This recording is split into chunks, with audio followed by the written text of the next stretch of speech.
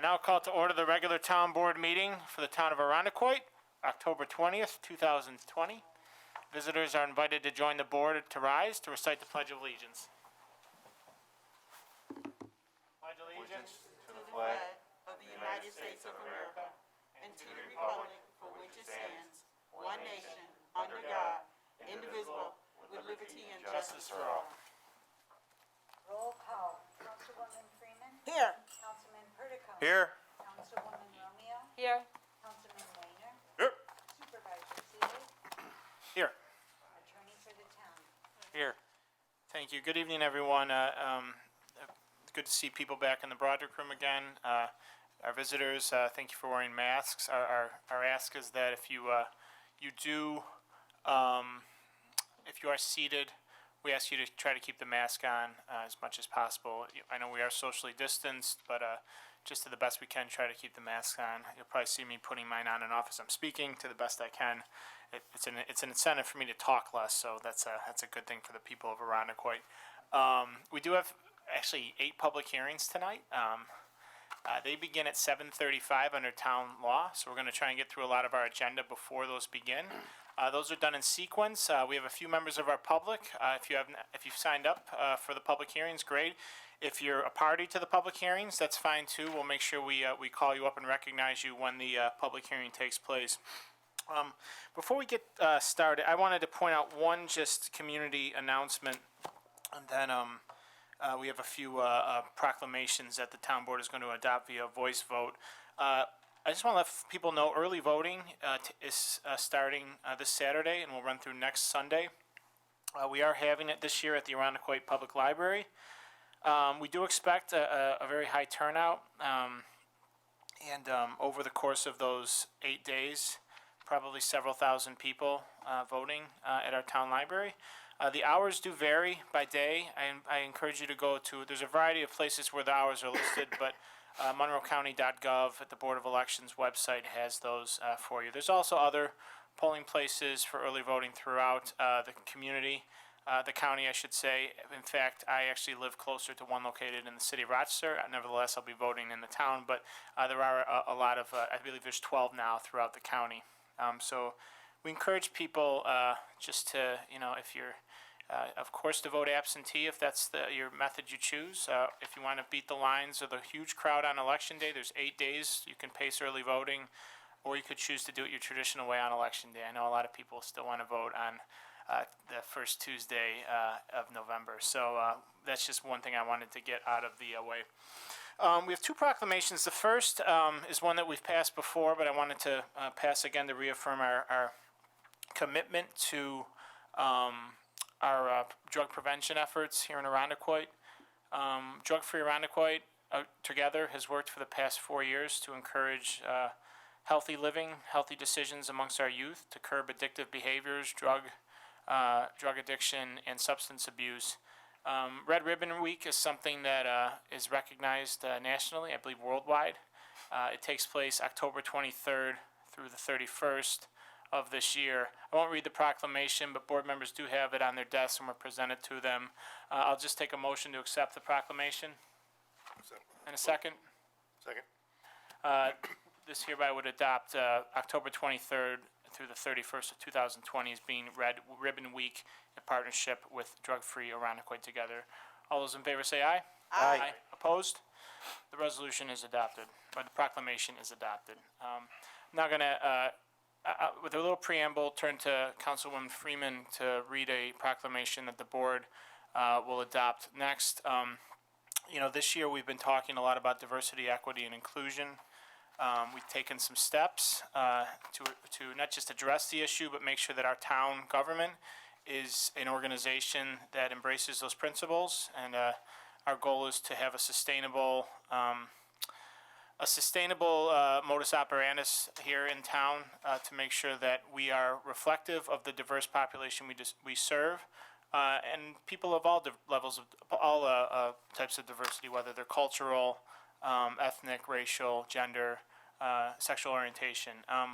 We have, working with Councilwoman Freeman, advanced a proposal to create a Arundecoit Commission advancing racial equity.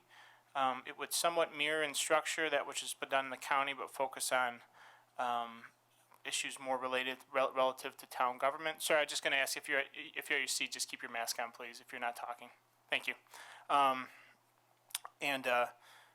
The goal of this is to have a sustainable effort whereby a community-led initiative would drive and counsel the board on actions that we can take as a town government, as a community, to be more embracing of people of all cultures. This proclamation is not binding into town law. It's not an official resolution, but it would affirm our board's commitment and set some guidelines and expectations for that commission. With that, I'm going to let Ms. Freeman read the proclamation, and then we'll call it for a vote. Good evening, all. Proclamation from the town of Arundecoit. Whereas the town of Arundecoit strives to be a community that embraces its growing diversity, is inclusive to all, and treat every resident in an equitable manner. And whereas through proclamation on June 19th, 2020, the town board of the town of Arundecoit has affirmed that it is an organization committed to anti-racism in practice and through its policies.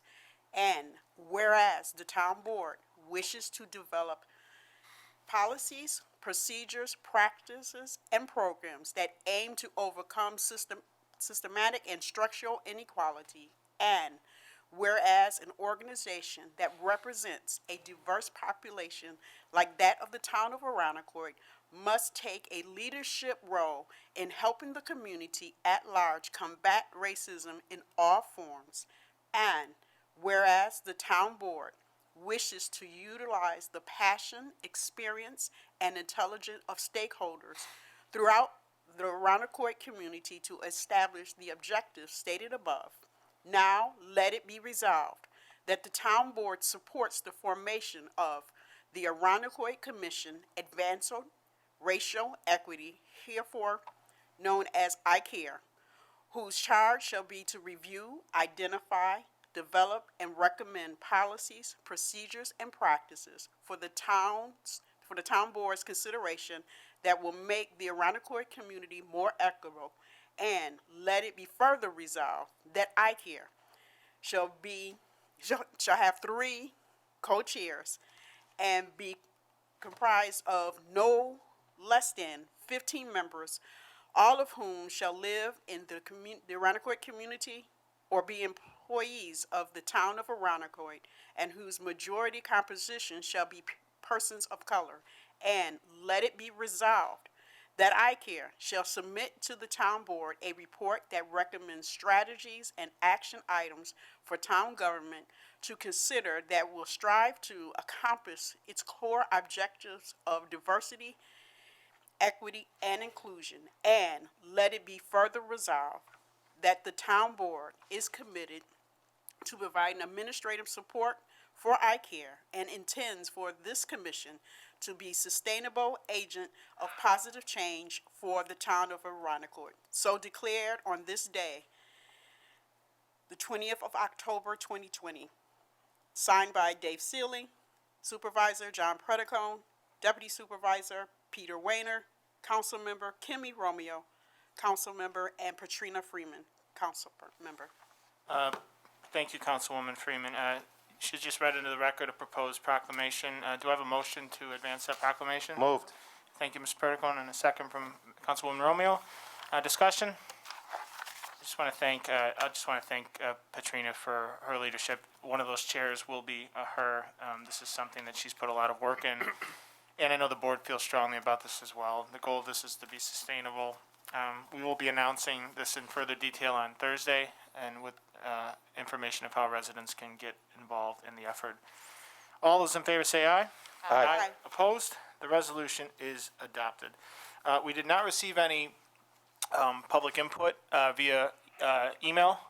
We do have public hearings, which people in attendance can testify to, but if it's general public input, we are doing that still via email. And again, for those of you who have just joined us, our public hearings start at 7:35.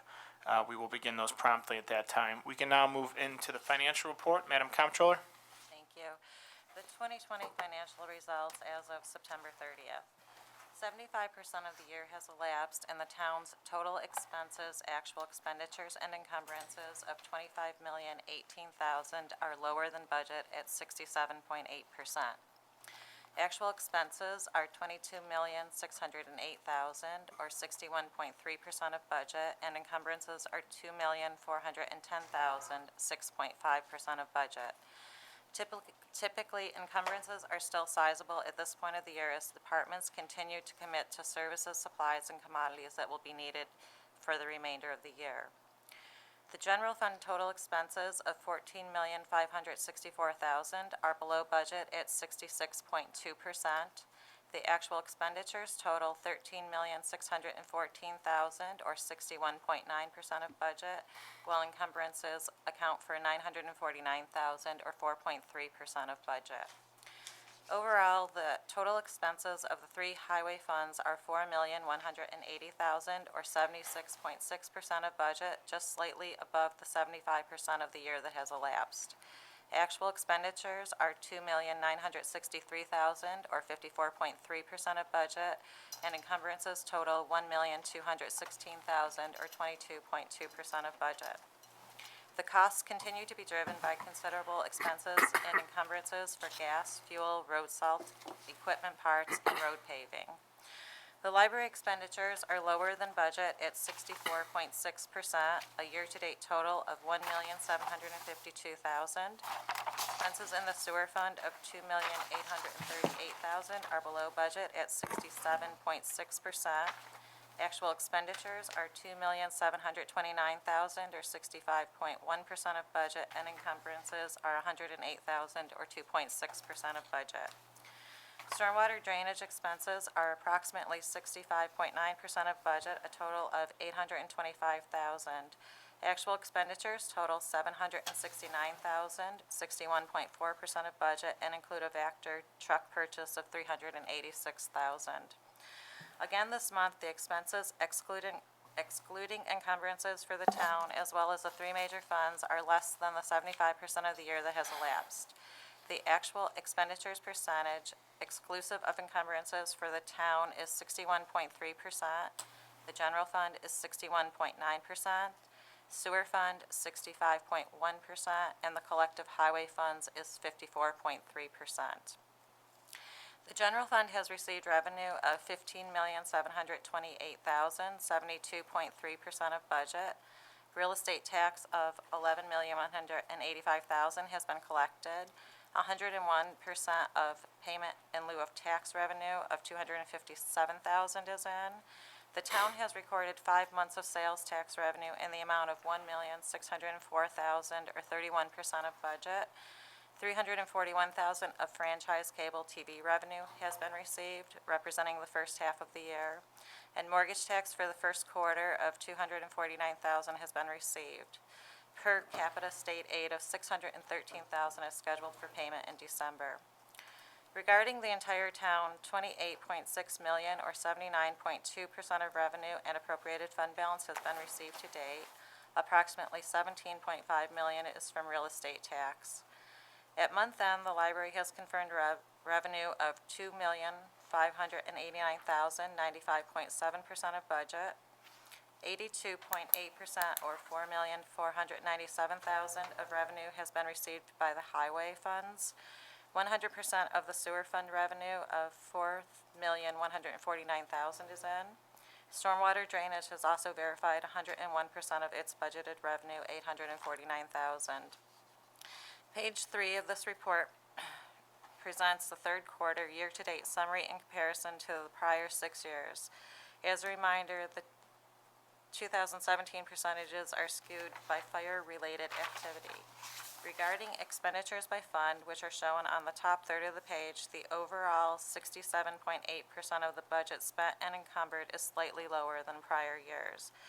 The middle third of the page contains the pertinent sources of revenue for the general fund, while the bottom third of the page allows for revenue comparisons of the other funds, and the last line reflects the bottom line collective revenue and appropriated fund balance for the town.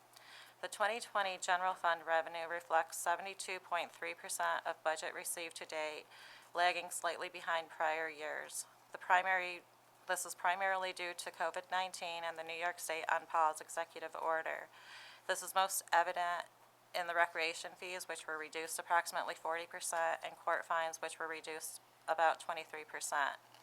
Though reduced revenues have been recognized this year, expenditures are also lower than in prior years.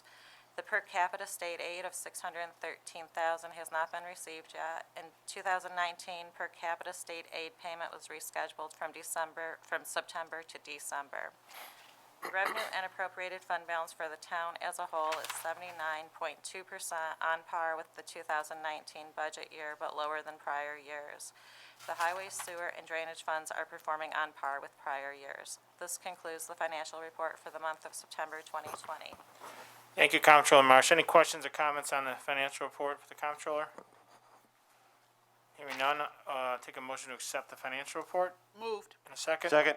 All those in favor say aye. Aye. Opposed? Financial report is accepted.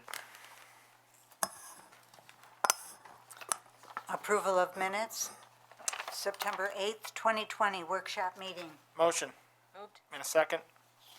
Second. Thank you. Questions, comments, or revisions? Hearing none, all those in favor say aye. Aye. Opposed? The minutes are approved. September 15, 2020, the regular town board meeting. Motion. Moved. In a second. Second. Thank you, Ms. Freeman and Mr. Perdicone. Any questions, comments, or revisions? All those in favor say aye. Aye. Opposed? The minutes are approved. October 8, 2020, a special town board meeting. Motion to approve. Moved. In a second. Second. Questions, comments, revisions? Hearing none, all those in favor say aye. Aye. Aye. Opposed? The minutes are approved. We can now move on to items for board action number 1, and then we will revert to our public hearings promptly at 7:35. Item number 1, approving the appointment of a part-time on-call dog control officer in the Arundecoit Animal Control Department. Motion Moved. and a second. Second. Thank you. Mr. Vanette, then Ms. Ivers to elaborate. Thank you, Mr. Supervisor. We have been recruiting for a second backup dog control officer, and we recommend Suzanne Nugent this evening. This is not an increase to the budget. We will use budgeted funds, but we do find the need to have a second person available on call. Thank you. Ms. Ivers, anything to add? No, just excited to add to the staff to support the on-call services that we provide. Yep, and I'll note we provide above and beyond what most towns provide with regards to animal control. In order to sustain that, it involves often having part-time on-call staff, so we're always looking to ensure that continuity of service. So I'm glad we were able to find this person and look forward to them starting promptly. Questions or comments? All those in favor say aye. Aye. Aye. Opposed? Resolution is adopted. Item number 2, authorizing the appointment of members to the Arundecoit Public Library Board of Trustees. Motion Moved. and a second. Second. Thank you, Mr. Weiner. We have before the board 3 residents to appoint to the Arundecoit Public Library Board of Trustees.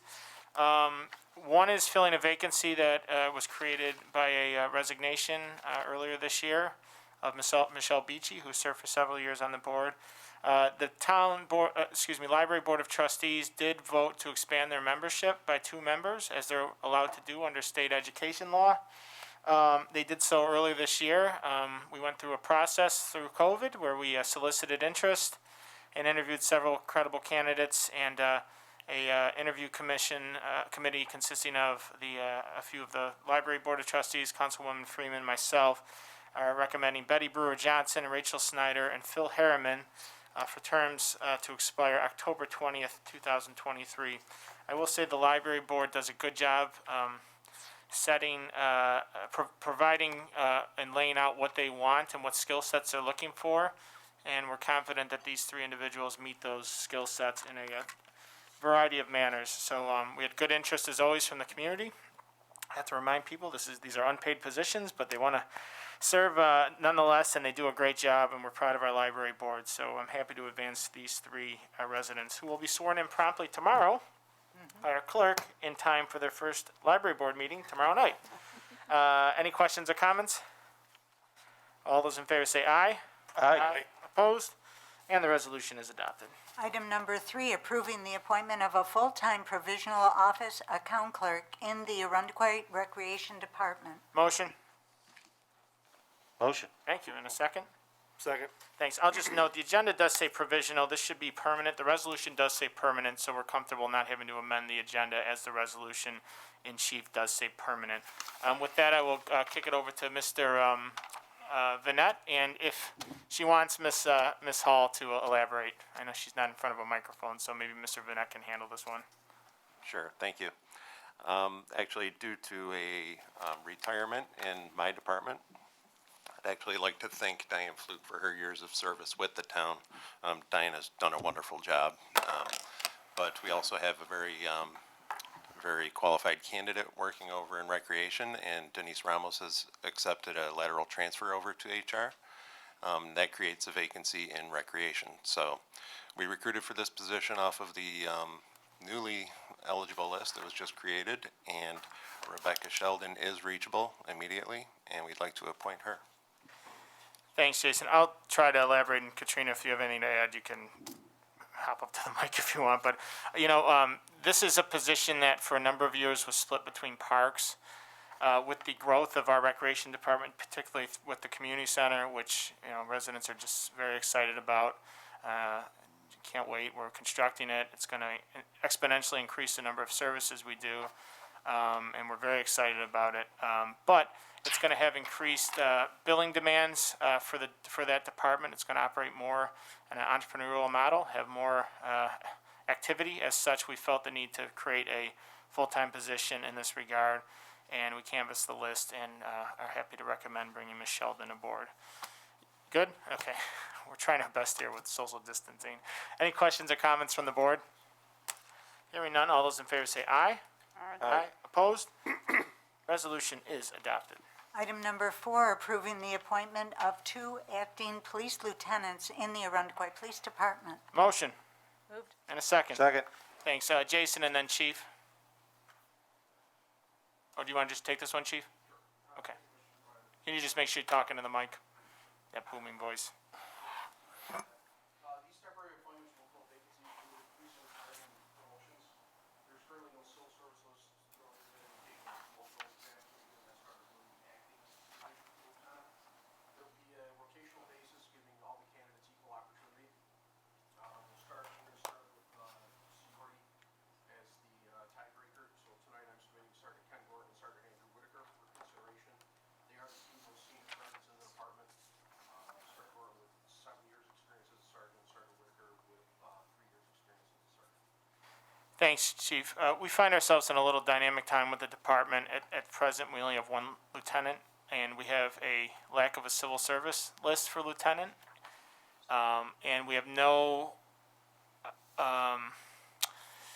reason to think there's going to be a civil service test offered within the next several months, and we need a command staff. So, we've worked to kind of figure out how to do this. We're not doing a provisional appointment, meaning generally when a provisional appointment happens, the person promoted provisionally, if they pass the test and are reachable, then they become permanent. We want to make sure we're giving ample opportunity to all members of our staff who are sergeants for that promotion opportunity. So this will allow us to rotate lieutenants over the next probably 10 to 12 months. I don't say unfortunately, but that's just the reality we have. And I think that's a good thing, though. If we're looking at permanent appointments, it'll give people an opportunity to serve in the position under Chief and his 2 new captains. And we're just trying to make the best with I don't say less than ideal situation, but one that is presenting challenges, and we want to make sure that we have adequate command staff within the department. So these are not permanent appointments nor provisional appointments. They're temporary, and we will be probably revisiting in the next handful of months resolutions to give the next round of sergeants their turn as acting temporary lieutenants. Any questions on that? Okay, I hope I did that justice. All those in favor say aye. Aye. Opposed? Resolution is adopted. Item number 5, authorizing the appointment of a member to the Town Zoning Board of Appeals. Motion. Moved. And a second. Second. Thank you. This would appoint Isaac Elliott to the town's zoning board of appeals for a term to expire December 31st, 2025. We had a resident serving on the board who has moved out of town. It was great. We had recently appointed Mr. Elliott as an alternate, so that shows I know some people were concerned about the alternate position being created, but it shows its value as it allows us to potential prospective permanent Board of Appeals members, zoning Board of Appeal members, or planning board members to get that experience, and as such, Mr. Elliott will be serving as a full-time voting member. Any questions or comments? All those in favor say aye. Aye. Opposed? And the resolution is adopted. Item number 6, authorizing a settlement agreement with Rochester Foot Care Associates LLP. Motion Moved. and a second. Second. Thank you. Ms. Comptroller Yorstad, explanation, please? Or Assessor, Madam Assessor. Thank That's, you, that's Mr. like 2 out of the last 3 meetings I've called you the Comptroller. That's okay. It's I'm dimly glad lit I'm not back the there. comptroller, though. Not this time of year, no. Thank you, Mr. Supervisor. She doesn't want to be you during May and June. You don't want to be her during October and November. Fair enough? Exactly. This resolution is to settle an Article 7 tax certiorari proceeding that was brought for the 2019 tax year with the owner of Rochester Foot Care Associates. This property is a converted residence that's currently being used as a doctor's office. It has been for many years. A grievance was brought in 2020 for this year, and the property owner and I agreed on a fair market value for the property of $250,000. This resolution settles last year's Article 7 at that fair market value with an assessment of $242,500, which takes into account the town's 2019 equalization rate, which was 97%. The fair market value of $250,000 will hold through the year 2022. The town will incur refunds of approximately $457.81. The total approximate refunds that all taxing jurisdictions will have to pay is approximately $3,286.32. Thank you. Any questions or comments on this? Hearing none, all those in favor say aye. Aye. Aye. Opposed? Supervisor Sealy opposed. Resolution is adopted. Item number 7, pursuant to State Environmental Quality Review Act, compliance in the matter of rezoning a portion of 2590 Culver Road from R1 residential to R5 residential. Motion. Move. And a second? Second. Thank you. Ms. Ivers, an explanation, if you will. Yes, this is the seeker review for, associated with the action to rezone that portion of 2590 and 2662 from what is currently R1 to R5 to allow for the future redevelopment into multifamily housing. This is being done, although it's an unlisted action, there is state funding involved, and so we've done a coordinated review. Both the planning board and the zoning board acknowledged and consented to the town board serving as lead agent. So in looking at the review, there's a detailed Part 1 short environmental assessment form that was submitted by the applicant. And in doing our analysis, we prepared a Part 2 and Part 3, an analysis of the potential impacts. We looked at community impacts to land use and community character associated with the rezoning, both under the proposed development scenario and as well as any scenario of redevelopment that could happen with that rezoning. The rezoning is supported by the comprehensive master plan in numerous locations, both to expand the housing type and to expand development density. And so we've provided references to those sections of the town master plan. When we look at impacts to land, we analyzed the proposed development as presented, and then also looked at potential other development that could happen under R5, and determined that because of the requirements of the New York State regulations for stormwater pollution prevention planning, that any development, and this certainly the one that's being proposed, can minimize impacts to land, and any construction-related impacts that might be associated with site development are going to be short-term and short-lived, and so therefore not large or moderate.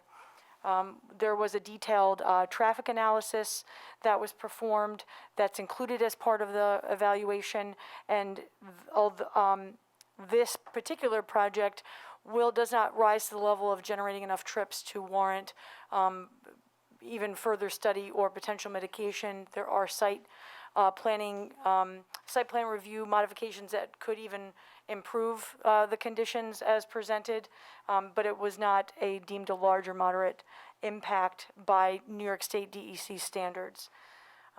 We also looked at energy use, potential impacts to community resources, and as a result of the detailed analysis, our determination is there should be a negative declaration for the purposes of seeker. Thank you. Any questions on seeker on this matter? And I know it's, this hearing's a little, this hearing was closed last month. The one that was kept open was regarding the other proposed development on the westernmost portion of the former Wambach parcel, which does generate significant traffic, and as such, as Carrie said, future study and determination of a traffic signal allowing that project to go forward is feasible. But this as such is from at least from a traffic point of view, it uses more land, but housing does not generate nearly the amount of traffic as does commercial development. So any questions or comments on the seeker? Hearing none, all those in favor say aye. Aye. Opposed? Resolution is adopted. Item number 8, approving an application on the matter of rezoning a portion of 2590 Culver Road from R1 residential to R5 residential. Motion Moved. and a second. Second. Thank you.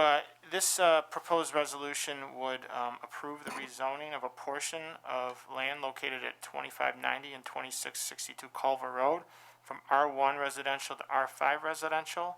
Application was also referred to the Town Planning Board and Monroe County Planning Department for review. This was discussed at the Planning Board meeting held on the 20th of September. The Planning Board issued a report on the 29th regarding the rezoning, recommending a positive referral. Monroe County Department of Planning and Development issued comments. I will say a public hearing was held pursuant to state law on this matter last month. Ms. Ivers just went through seeker as required by state law, State Environmental Quality Act, Review Act.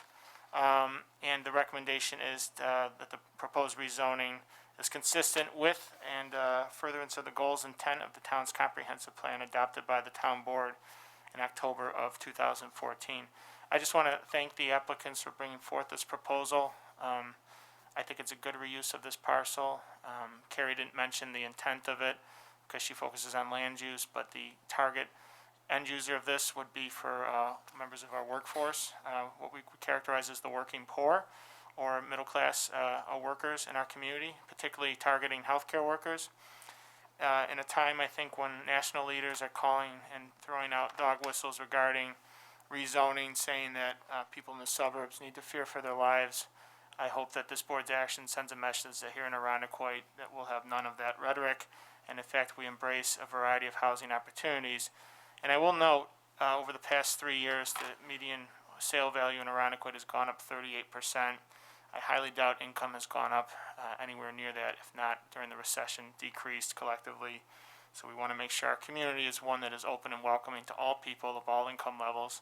And I think, in fact, this modernizes our housing stock as well. I think that's something we need. We have rental units that are old, outdated, not that they're bad, but we need modernized, diversified housing stock, so this would accomplish that as well.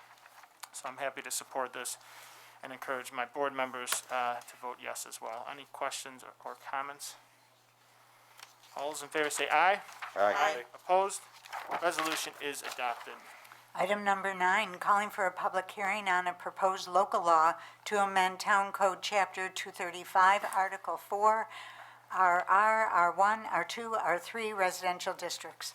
As a sidebar motion, members have on their desks a proposed local law. Can I ask for a motion to advance it? Moved. And a second? Second. All those in favor say aye. Aye. Thank you. The proposed local law is now before the board members for consideration as referenced by the clerk. I think we can get through this resolution, then we'll start with our public hearings. I just want to preface and I'll let Carrie give a little more explanation. Our zoning code is archaic in many ways, and our goal is to update it, not to provide shortcuts, but to make it more, adaptive to the times and in some cases just pragmatic and reasonable and logical. So I've asked Carrie over the number of years to recommend specific changes that might accomplish that goal, and she's advanced some. that would seek to do that. So Carrie, why don't you run through, and I'll just note this would schedule a public hearing to take place November 7th, 2020 at 7:35 PM. Go ahead, Carrie. So the modifications or the amendments to the existing Article 4 would add some uses, potential conditional uses that have never been contemplated, or they should be contemplated in neighborhood settings. Things along the lines of tiny houses, nonprofit offices and facilities, daycare centers or daycare facilities as well. In the past, any of those that are located in residential areas have been done so through use variances. The revisions also clarify, clean up, consolidate what can be sometimes confusing language just to make the rules and regulations much more clear. It doesn't significantly alter bulk and use related types of things. We did increase the allowable building height to reference current building standards and to mirror other towns' similar height restrictions, and also to catch up with updates that are happening to the Uniform Building Code. For example, tiny houses now are a provision in the Uniform Code. Our code is silent on those. And so the revisions are really intended to clarify, make it easier to read, and follow the rules and regulations that are set forth for this district. Thank you. Any questions for Ms. Ivers? We'll have ample opportunity for public input. We will not act on the proposed local law next month. So the earliest we would act would be December of 2020 if the board is inclined to do so. Again, the schedule is a public hearing for next month, and this will be posted on the town board's website and here at Town Hall. All those in favor say aye. Aye. Opposed? And the resolution is adopted. And now we can move on to our 28 public hearings. Madam Clerk. Public hearing number 2 on the matter of amending a franchise agreement with Verizon Wireless to operate within town rights of way. Motion to open the public hearing. Move. And a second. Second. All those in favor say aye. Aye. Opposed? Hearing is now open. Before we have public testimony, I have just some board staff. We have some staff comments, and then we'll call up members of the public who have signed up. And if you did not sign up for this but wish to talk, you may come up after those who have signed up have done so. So this would this public hearing is regards to proposed amendments to a franchise agreement with Verizon Wireless to operate various small cell towers within the town of Arundecoit. I'm going to let Commissioner Kiley provide a more in-depth explanation, and certainly our town attorney can chime in if he wishes as well. Thank you, Mr. Supervisor. The public hearing that's being opened this evening is with regard to an amendment to the franchise agreement that the town board originally granted back in early spring of 2019. This was a franchise agreement with Verizon Wireless to install small cell 5G communication towers within town rights of way. These communication towers would be located, either co-located on existing or installed on new utility poles placed within town rights of way. The amendment that's being proposed by Verizon Wireless comes back before this board due to the fact that they are requesting to eliminate the cap on the number of these small cells to be installed within town rights of way. Currently, we've permitted approximately 80 small cells to be installed within town rights of way. And as shown via some of Verizon Wireless's future build-out plans, they seek to install a great many of these within town rights of way in anticipation of the rollout for the 5G communication system. So that, Supervisor, is the basis of this public hearing. Bob, under the franchise agreement, could you just describe the interaction with your department? Sure. This is a dual permitting process, both within the Highway Department and within the Building Department. So within the Highway Department, we are reviewing the placement of these new poles associated with the right-of-way, any other underground utilities, be it natural gas, overhead electric, sanitary, storm, water, of course, our public amenities, the road itself, street trees, the sidewalk, et cetera. There's also a zoning component here, as Director Ivers can describe if she wishes, but that is a secondary overlapping permitting process with regard to the height of the small cells, also with the location of new. If they are co-located, it is an administrative review. If this is a brand new, it would move through the planning board in addition to the review from the highway department with placement in the right-of-way. So it's a dual permitting process that was established when Verizon Wireless first came and before the town board seeking to install the 5G systems. And I should note, this installation of 5G came about back in the spring of 19. Of course, as soon as the Federal Communications Commission, the FCC, came out with their guidance document mandates on behalf of local municipalities for what we can and cannot do with regard to 5G. Yeah, and I'll note that board members recall, absent Ms. Freeman, who's not on the board yet, we did adopt that franchise agreement with public hearing.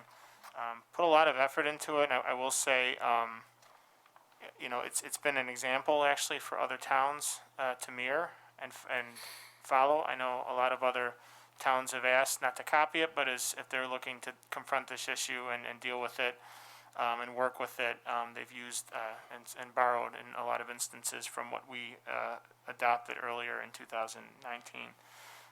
So with that, any questions from Mr. Kiley? Okay, so I first will call up to sign up. Again, if you did not sign up but wish to talk, you may do so after those who have signed up have done so. Richard Barone, 154 Allwood. And just say, as always, Richard, your name and address again for the record, in case I was mistaken. I haven't moved. Richard Barone, 154 Hallwood Drive. I've been a resident of this town about 53 years, spent about 28 years as a public official, including 8 years on the board where you people sit. My concern is safety. It was safety when I first got elected. I didn't know about this project. I don't know if it was advertised or not. I've talked to others. They were not aware of it. It's unfortunately the town doesn't do the newsletters that they used to do 4 times a year. I believe that to install radiation devices, and I define that as devices that radiate, not devices that produce atomic radiation, on hundreds of telephone poles is premature. Now, you've already approved the franchise, and this is an amendment. I understand that. So this might be something that's post facto, as some attorneys say. 1, the internet provides much information that scientists do not agree that 5G is safe. The FCC is being sued because it failed to fully investigate 5G. It based it on other Gs, not the 5Gs. I do not believe the Irondequoit community has been fully notified of the impact of somebody coming into the town and going onto hundreds of telephone poles with these devices. Let me give you an example. In America, up until 1978, you could paint with lead paint. Scientists said it was a problem. People don't drink lead paint. They're not going to get sick. They're not going to put it on their bodies. So up until 1978, but Europe banned it in 1947. But all the scientists said there was no problem, including the government. Number 2, asbestos. No problem. It's embedded in the drywall. It's embedded in cement. It's embedded in wallboard and in other areas, insulation. I had 2 friends of mine who died because of asbestos, even though America said, oh, it's okay. No problem. They're not going to eat it. I don't think the jury is out on this yet with the science. You don't know what it's going to do when you have hundreds of these devices. So I don't know what you can do. You've already approved something. You may have a contract. You also may have the liability. If something does happen a few years from now, this town is going to be responsible, in my opinion. So I'm not gonna be here. I'm gonna be 80 years old in a few months. And you need to look at long-term. Was this needed? Is there a motivation on the town's part? Franchise fees involved? I would hope that's not the big motivating factor. I just think that you should review this. I don't know if legally you can do something, but I'm concerned. Not for myself. It's not going to affect me. I'm not going to be around.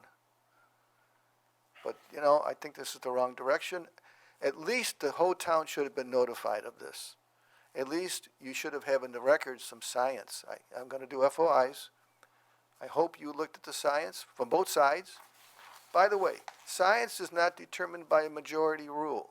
A majority of scientists do not make reality. And I can show you examples of that, but I think I'm probably running out of time. Thank Yep. you for your attention. For the record, it's a public hearing, you do have unlimited time within reason, but I don't want to open up Pandora's box. If you have things you want to add, you're welcome to. No, I think I said it all. I'm just saying that I just hope you really looked at the other side.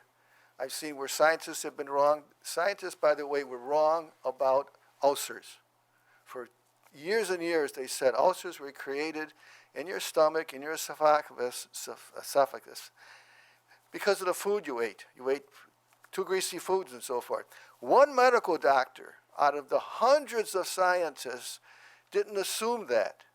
He started investigating, and what did he find? I don't know if you know, any people know that.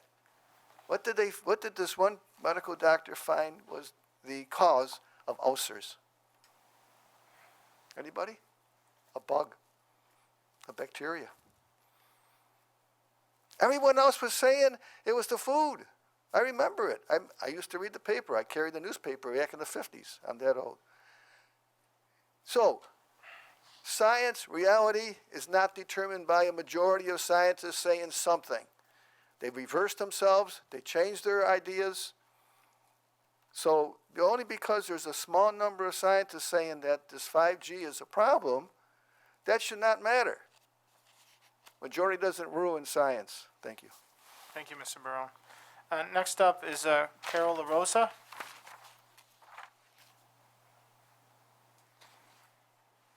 If you could just say your name and address for the record, ma'am. Thank you. You might need to move the microphone down a little Yeah. bit. It's Carol LaRosa, 47 Coolidge Road. The 5G small cell antenna franchise agreement the town has signed with Verizon has significant potential health problems. The 5G crisis project through the Americans for Responsible Technology reports that 4 states, Hawaii, California, Maryland, and Massachusetts, have put this 5G rollout on hold until there is further information proving that this technology is safe for human health through independent research and testing. This action has been supported by the 5G appeal, signed by scientists and experts to extend this hold of the 5G rollout internationally. The FCC is currently in litigation with the Environmental Health Trust, excuse me, regarding the FCC's false statements alleging 5G is safe. They are using data from 1996 that did not include the effects of 2, 3, or 4G technology. The waves utilized by 5G combine with the current 4G microwaves, significantly multiplying the amount of radio frequency emissions absorbed by humans through involuntary exposure. There is information you need to review before you vote that cites the scientific research proving this is a harm to health. I have emailed you earlier tonight a copy of the research citations for the board's review in addition to the record tonight. A review of the September 2020, and I also have a copy of it here. It was with me. disseminated to the board members. Thank you. The links were. A review of the September 2020 board meeting is needed as there is a discrepancy in the record. At the September meeting, an amendment was being requested to increase the number of 5G small cell antennas from 150 to an undetermined amount. Please share the number that was agreed upon. I find it disappointing that the DPW commissioner did not reply to my request for information as stated and required in the Town Code Chapter 56-4B. It's not surprising, as none of the town board members nor the supervisor replied to my emails. I would have been happy to complete Freedom of Information paperwork had I been instructed to with the courtesy of a reply. I believe as a taxpayer of this community, I deserve the respect of a response. I did search the town records online for previous public hearings I was told were held and additional project details. They may be on the website, but I could not easily find any information about this project.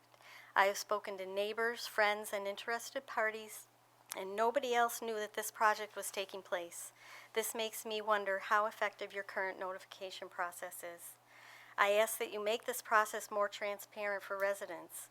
Public hearings can be posted in advance on the first page of the website. In freely sharing information, our community can benefit from the increased access to information.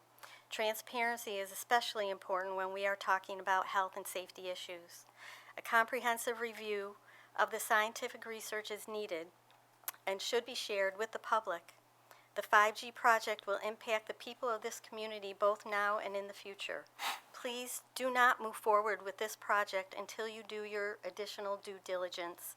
Please expend the needed efforts to protect and place the welfare of our community first. Thank you.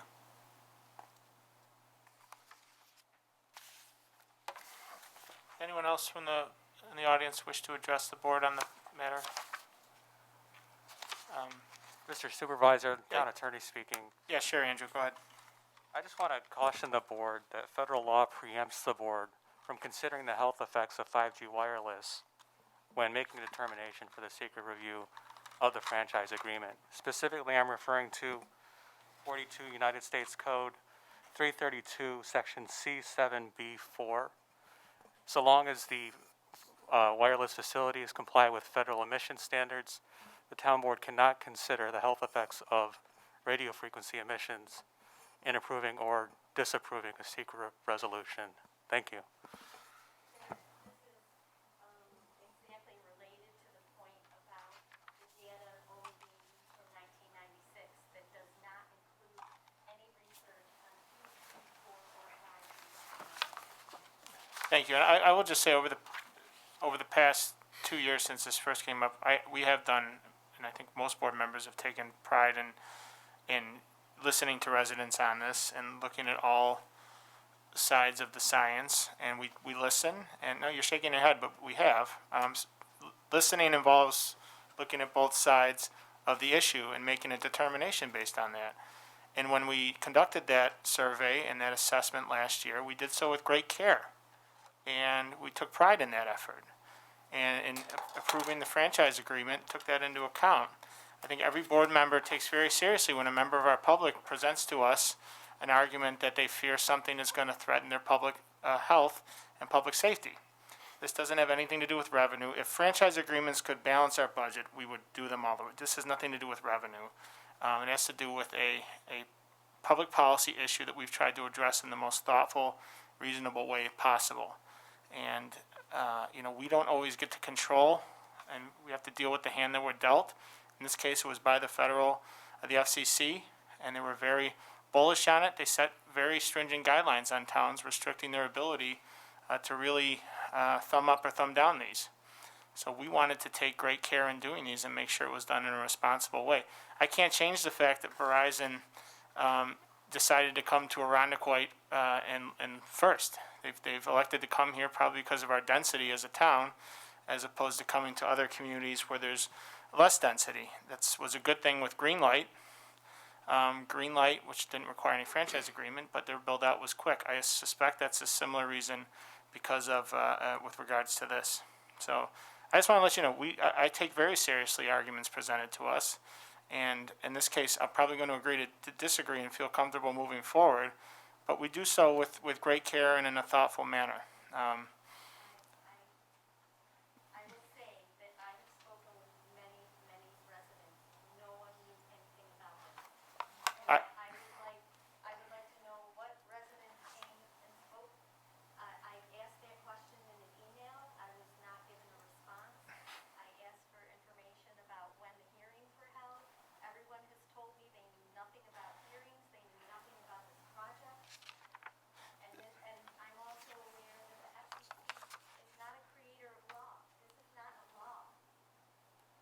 Andrew, do you wish to speak to that, and then I'll address your matter about disclosure?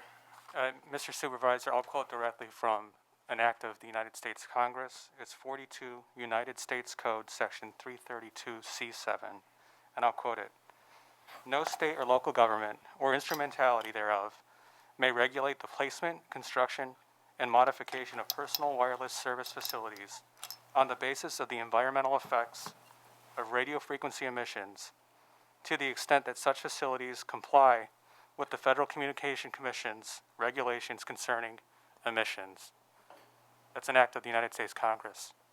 Thank you. And then I'll speak to just when we propose something that has townwide a public hearing regarding town policy. For instance, for a rezone, we will notify people within a radius of the town.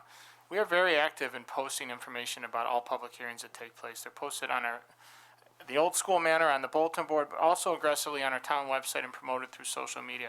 We do not hide public hearings, ma'am.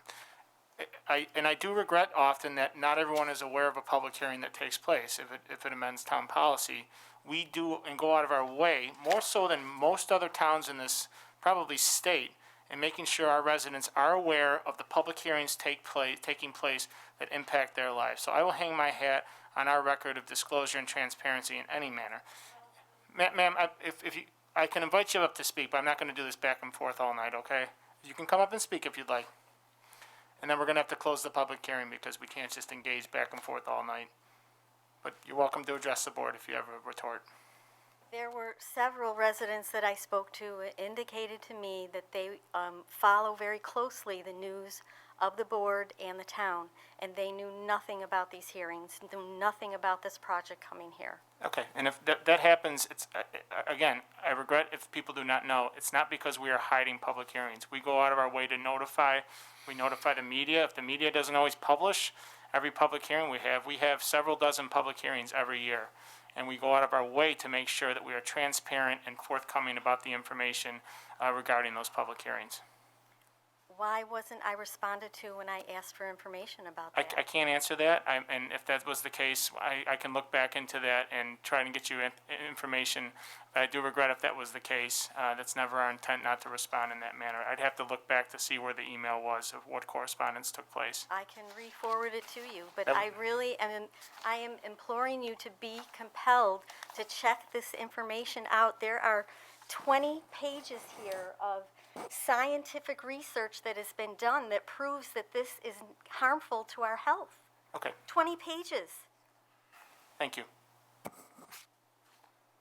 Do any other members of the board public wish to address the board in this manner? With that, I will take a motion to close public hearing. Moved. In a second. Second. All those in favor say aye. Aye. Opposed? The hearing is now closed. Madam Clerk, you can move on to item for board action 2A. Item 2A, pursuant to the State Environmental Quality Review Act with respect to the proposed amendment of a franchise agreement with Verizon Wireless to operate within various towns of Arundecoit rights of way. Motion. And a second. Second. Thank you. Carrie, explanation, please. I've got this one actually. Oh, thank you, Bob. Supervisor. Commissioner So, Kylie, thank you. The proposed action will execute a revision to the franchise agreement allowing Verizon Wireless to install an undetermined number of telecommunication devices within the town rights of way. This franchise agreement will also continue to allow Verizon Wireless the ability to install the support infrastructure for the 5G network within the town rights of way. Verizon Wireless will continue to occupy certain sections of the right-of-way as determined and defined by the town through the existing permitting process via the Building Department and the Department of Public Works. Disturbances will occur within the town rights-of-way as defined and permitted through the 199 Highway Work Permit. All measures to protect underground utilities will be taken. Proper erosion and sediment controls, if necessary, will be employed to all earthen disturbances, and those earthen disturbances will be stabilized. And one key point that I failed to mention earlier is that the secondary pole, if a new pole is created, the secondary pole will be removed within a certain time period. It's very important in general not to have double poles, double wood within town rights of way. So if a new pole is installed, the secondary pole will be removed. Thus, there will only be one occurrence within the right of way at each location. For the purposes of seeker, this is an unlisted action which does not have any adverse impacts to the environment, and as such, a negative declaration should be filed. Any questions for Commissioner Kylie on the matter? This would again accept the seeker recommendation, a negative declaration. All those in favor say aye. Aye. Opposed? Resolution is adopted. Madam Clerk? Item 2B, authorizing the supervisor to amend a franchise agreement with Verizon Wireless to operate within town rights of way. Motion? Ms. Romeo, in a second? Second. Thank you, Mr. Weiner. Again, pursuant to town law, we may not amend any franchise agreement as adopted by the town board until a public hearing has taken place. I want to thank members of our public who did testify at the public hearing. I will say, and I will reiterate this, we take very seriously these decisions we're making. We have done a good amount of assessment over the past 2 years into this, and I think that what we've done and set up as a framework for the town can be modeled and amplified by the rest of the community. I think it already is. And I will just say this, I have been someone who has embraced the adoption of 5G, so I'm going to look at this from another lens as well. I respect people's concerns about health. I also have read a good number of, probably overwhelming majority of health input on this that actually argues the counter. But if we're looking to become a community that's competitive with other communities, this is the type of build-out we need to be looking at. If we're looking to attract families, this is the type of investments that families are looking at, and homeowners, as we're competitive with other communities, are looking at. And, Arundecoit is an inner ring suburb that was built out largely in the 40s, 50s, and 60s. If you drive down our commercial corridor, there's not much that speaks of modern. And I think sometimes we're caught back into being that bedroom community that is kind of set back in our heyday of the 60s and 50s when we were the largest suburb. But you can't rest on your laurels, and I think it needs a forward-looking approach to ensure that we are a community that is looking to the future, and technology is a key component of that. So I have embraced 5G build-out. I did not ask Verizon to come to us, but rather I have worked, my philosophy has been to work with them on a model that I think is responsible and one that provides for build-out in a responsible manner with a great degree of town oversight, as Commissioner Kylie put forth and explained. So I will be recommending a yes vote on this. Happy to entertain any other comments. Hearing none, all those in favor say aye. Aye. Opposed? Resolution is adopted. Madam Clerk, we can now move on to hearing number 4, as number 3 was taken off agenda. Okay. On the matter of authorizing improvements to the town of Arundecoit Consolidated Sewer District. Motion to open public hearing. Moved. And a second. Second. All those in favor say aye. Aye. Opposed? The hearing is now open. Commissioner Kylie, very concise explanation, as some of these hearings sound similar but are different in nature, so Yes, they are. thorough, concise explanation. We have 3 hearings which we will open. This first one is with regard to the Consolidated Sewer District, which is the sanitary sewer system that services the town.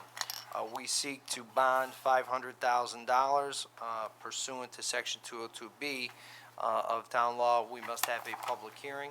These funds, as this board knows, but for the public at large, are used to repair damaged, destroyed, blocked, collapsed sections of mains and laterals within the sanitary sewer system.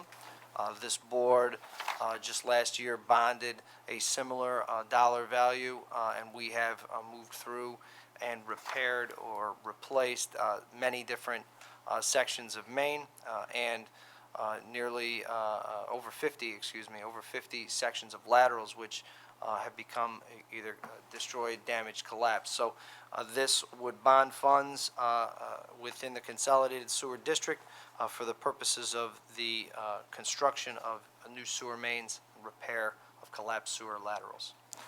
Thank you, and this is obviously relates to our budget, but the board has made investments in this regard. I thank you for your support of these investments. It's good to maintain our infrastructure. These are the ones we don't always see, but are necessary, and I know Commissioner Kiley is a happy man when we're authorizing such maintenance and improvements to our infrastructure. With that, we don't have any members of the public signed up for this particular hearing, but if you so desire, you're welcome to address us at this point. Seeing none, and if there's no questions for Commissioner Kiley to go on record, I will take a motion to close public hearing. Moved. And a second. Second. All those in favor say aye. Aye. Aye. Opposed, the hearing is now closed. Madam Clerk. Item number 4A, pursuant to Section 202-B of the town law determining that it is in the public interest to undertake certain improvements to the town's consolidated sewer district. Motion to open public hearing, please. Moved. And a second? Second. All those in favor say aye. Aye. Oh, I'm sorry, excuse me. No, no, Forgive me. Motion for the resolution. Yeah. Let's have a motion for the resolution. Moved. And a second? Second. All those in favor say aye. Aye. Okay, let's back up. Recall that roll, please. On the resolution for a Mr. Kiley, explanation, please. We're only 2 hearings in and I've already gone sideways. Mr. Kiley, an explanation on the resolution 4A, if you will. Resolution 4A, which is the public hearing with regard to the replacement of a water main on Seneca Road, which would be a public hearing after the consolidated sewer district improvements, correct, Supervisor? This is, yes, this is pursuant to section 202A, that the town law determining it is in the public interest to undertake certain improvements to the town's consolidated sewer district, yes. So this So is that this is resolution. the The subsequent one would be the authorizing the issuance of the serial bonds. Correct. So the aforementioned explanation regarding the sanitary mains and laterals to be replaced throughout the town within the consolidated sewer district, which is the sanitary sewer system. So we had the public hearing regarding that. The board would then take a vote to establish and authorize the bonds. Then we would move into the next public hearing, which would be the Seabreeze Water Yes. and the Seneca Water Main Replacement Project. So it's our annual dance of doing bonding resolutions, which Do it once a first year. requires us to state that the bonding resolution is a good idea. This would state that it's in the town's interest to undertake the improvements to our consolidated sewer district. And subsequent to this, we will have a vote authorizing the issuance of bonds. Any questions or comments? Forgive me about that. I'll just make a quick comment, Supervisor. I want to thank Commissioner Kiley and his staff again, and his deputy commissioner. These are really important proactive measures that we take, that we're taking care of our infrastructure. It's something you can't always see. It's not the sexy part of town, but it's really important, and it's what keeps us going.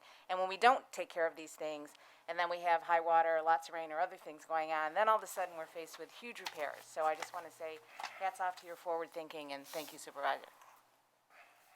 Thank you. Ms. Romeo, any questions or comments? All those in favor say aye. Aye. Aye. Opposed? Resolution is adopted. Item 4B, authorizing the issuance of up to $500,000 in serial bonds of the town to undertake certain improvements to the town's consolidated sewer district. Motion? And a second. Second. Thank you. Subsequent to a public hearing held this evening, the town board and a subsequent resolution has determined that, or previous resolution has determined that it's in the town's interest to undertake $500,000 of improvements to the town's consolidated sewer district. The resolution in chief would authorize the issuance of serial bonds to finance said improvements. Any questions or comments? All those in favor say aye.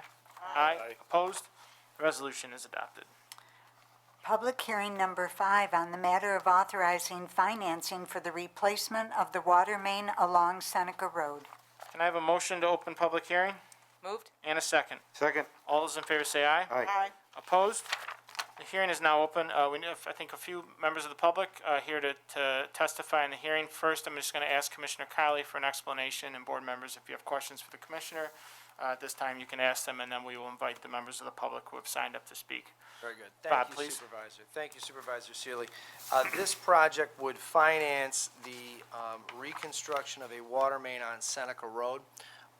This is one of the more dynamic bonding sequences, as this project is not to be undertaken by the town of Arundecoit. It's going to be undertaken by the Seabreeze Water District. The town is the bonding agency on behalf of the Seabreeze Water District. Thus, this resolution comes before this board, and ultimately the ratepayers within the Seabreeze Water District float the bond associated with this project. Over the past several years, and there's some familiar faces here in the room, but for those at home, over the past several years, there have been subsequent water main breaks on Seneca Road. This is Seneca Road over on the east side of town, down towards the Arundecoit Bay. Those water main breaks have caused several disturbances within the roadway surface. The town of Arundecoit, several years back, constructed a large concrete retaining wall. We still have these water main breaks, and ultimately now see within our capital improvement program plan that this board approved just earlier this year. The town and the Seabreeze Water District are more or less partnering on a sister project, one where the Seabreeze Water District will reinstall and replace the existing water main break that's that is suspect is the inappropriate word, but has had in the past a series of water main breaks. And then in the following year, concurrent with their conclusion of work, we would install several retaining walls and several very steep sections that are subject to erosion, and then we would resurface and repair the entirety of the road.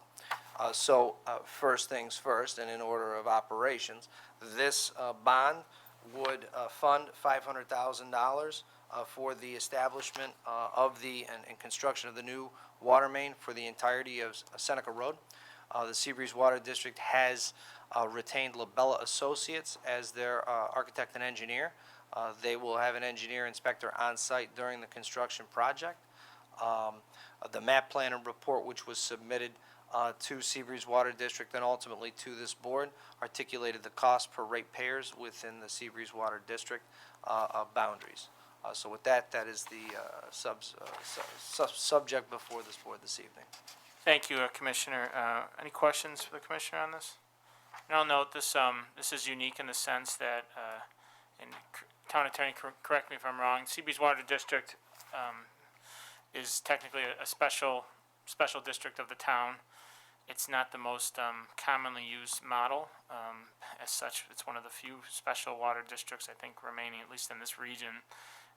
In order for them to bond money to move forward with this, as the Commissioner said, the town has to do so for them, and they act as an agent of the town in carrying out the work. So it's unique. Admittedly, it's not 100% ideal, but the work needs to get done, and this is the avenue by which it can get done. With no questions to the Commissioner, we have a few members of the public signed up. If you did not sign up, you're welcome to come up after those who did sign up come to testify. First up is Tony DeSanctis, 652 Seneca Road. And if I got that wrong, just please correct me. Well, that's where the Mohawk Yacht Club is. I live at 54 Swellen. Gotcha, very good. May I approach and give you this petition? Give them to the clerk, actually, sir. Thank you. Thank you all for your time. I'm Tony DeSanctis, lifelong Arundecoit resident, board member of the Mohawk Yacht Club, who's been on Arundecoit Bay for 78 years. We at the Mohawk Yacht Club at 652 Seneca Road, we strongly support the project to replace this water main. And one of the reasons for me getting up here is to maybe make you aware, we've had a lot of slope erosion problems. You might not be fully aware of all the failure mechanisms associated with the break of the water main, okay? It's strongly related to the steep slopes and how the water is managed along that road. As you know, there have been a number of water main breaks over the last 30 years on Seneca Road. And we believe that there's potential for significant damage due to the next water main break that happens. So we're all very happy to get a new water main and stopping the back and forth between the town and Seabreeze. We're concerned the road might be damaged to the point of making it unstable, similar to what happened at the driveway of 632 Seneca Road, where we could have a severe catastrophic failure as we've had several years ago in front of the Mohawk Club. We're also concerned the next water main break could potentially damage or destroy a house. So in addition to the water main replacement and upgrade, we further request that the stabilization project of Seneca Road be completed as soon as possible, like the year 2022.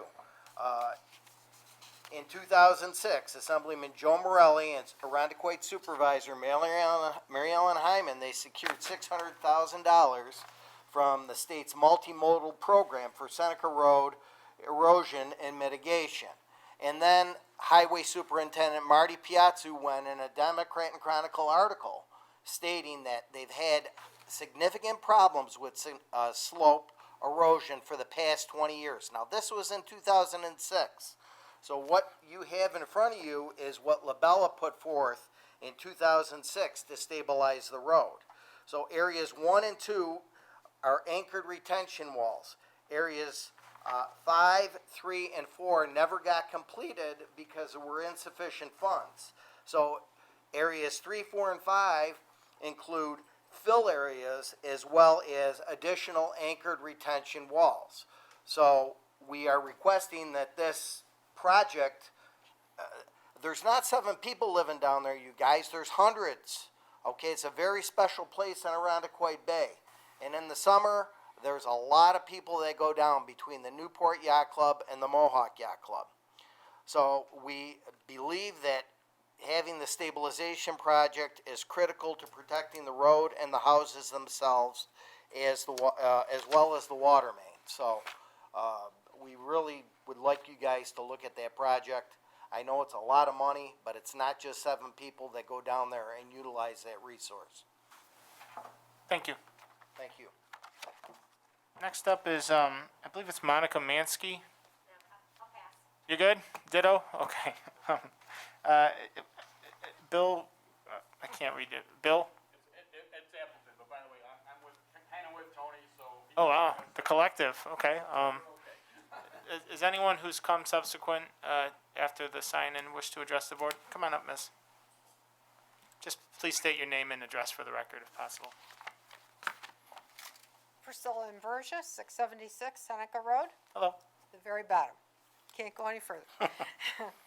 I am definitely in favor of the water mains being taken care of, but let me quote a couple words here.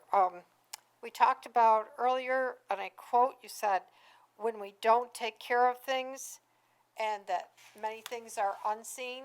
And I am really, really concerned about the things that are unseen in this project. And I'm concerned as to whether the main gets fixed first or the steep slopes get supported first. I'd like to see something with regards to that from Labella or whoever.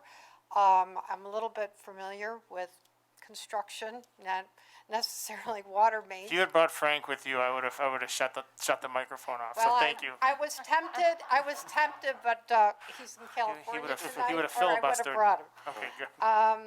So I'm concerned about the assurances. 500,000 is going to do nothing beyond getting the main down the road. I'm assuming it's a flexible main now that they want to put down so that it has the ability to shift with the way the road continues to shift. But I'm not sure about that we're being reassured that it'll be addressed, and what has to be addressed is the keeping and that the road is supported appropriately. And I'm really not sure about which should be coming first. I'd like to see a little bit more about the study and the results that you have from this. I'd like to understand it a little bit better. I've certainly been interrupted many times. Gave up a Thanksgiving dinner when Frank and everyone was coming, and many other things. And the patching of the road has been less than adequate, let's say. I want to be polite, but it's not been that great, patching of the road. Winter's coming. It makes that traverse of that road even that much more difficult. You now have washed away from the last main that broke. It washed right out on the right-hand side at the bottom so bad that the road is still covered with sand and dirt. I agree with Tony that there has been such a movement in that road due to so many water main breaks and kicking the can down the road and addressing the real issues, that I think that as residents, we need more than just to hear that following the main, then we're gonna do retaining wall, because I know that what's being budgeted will not cover that. I think we need some definite assurances, and we need a little bit more understanding of exactly what the succession of the work is going to be. Thank you. And I'll just say, you want us to approve this, and I understand nothing happens in a vacuum. And I'll once everyone has testified, I'll just let perhaps Commissioner Kiley respond and give some feedback on it. This just authorizes the work to be done on the water main. It's the process we have to go through regarding the borrowing of the money. So this doesn't mean that the project is completely conceived holistically at this point. It just allows us to, we have a borrowing schedule every year we have to adhere to, and that's why we're doing it at this point. I don't think we want any of the interested parties to work, to progress with this, and it is beneficial to us as Labella is the town's engineer as well. So certainly the town and the district have familiarity, as do both of our respective engineers. But, you know, authorizing bonding does not, move us on a direct path of how we're going to go about doing this. It just allows for the expenditure of the money and the borrowing of the money. So that just want to be clear of that. We're not making any final decisions about the scope of the project tonight. This just locks in the ability to finance a certain portion of it. So thank you. Did you wish to speak, ma'am, on this? Yeah, I wasn't planning on it. Oh, come on up. I'm Renee Spang with 586 Seneca Road. I'm also a member of Newport Yacht Club. And I also am highly in favor of both the road work as well stabilization of the street, and that includes all the way up past the curb, as well as the replacing the water main. I've been delving into this for quite a few years now, since I've been a property owner there. I've also been heavily involved, including with the engineers, because we were actually looking at buying the house next door, which is the one where the water main wiped out the driveway. So I would agree with Priscilla, there needs to be more transparency with what the project involves, and you need to do both. And I don't know if you folks are aware of it, but there's, besides just the water main breaks and the street repairs, there was a house that was wiped out and the county had to buy the property back. There's been a number of precedents set, so it would probably, let's just say it's very much in the town's interest financially to get it behind us, so. Thank you. Anyone else wish to address the board? With that, I'll take a motion to close public hearing. Moved. And a second. Second. Thank you, Ms. Freeman. All those in favor say aye. Aye. Opposed?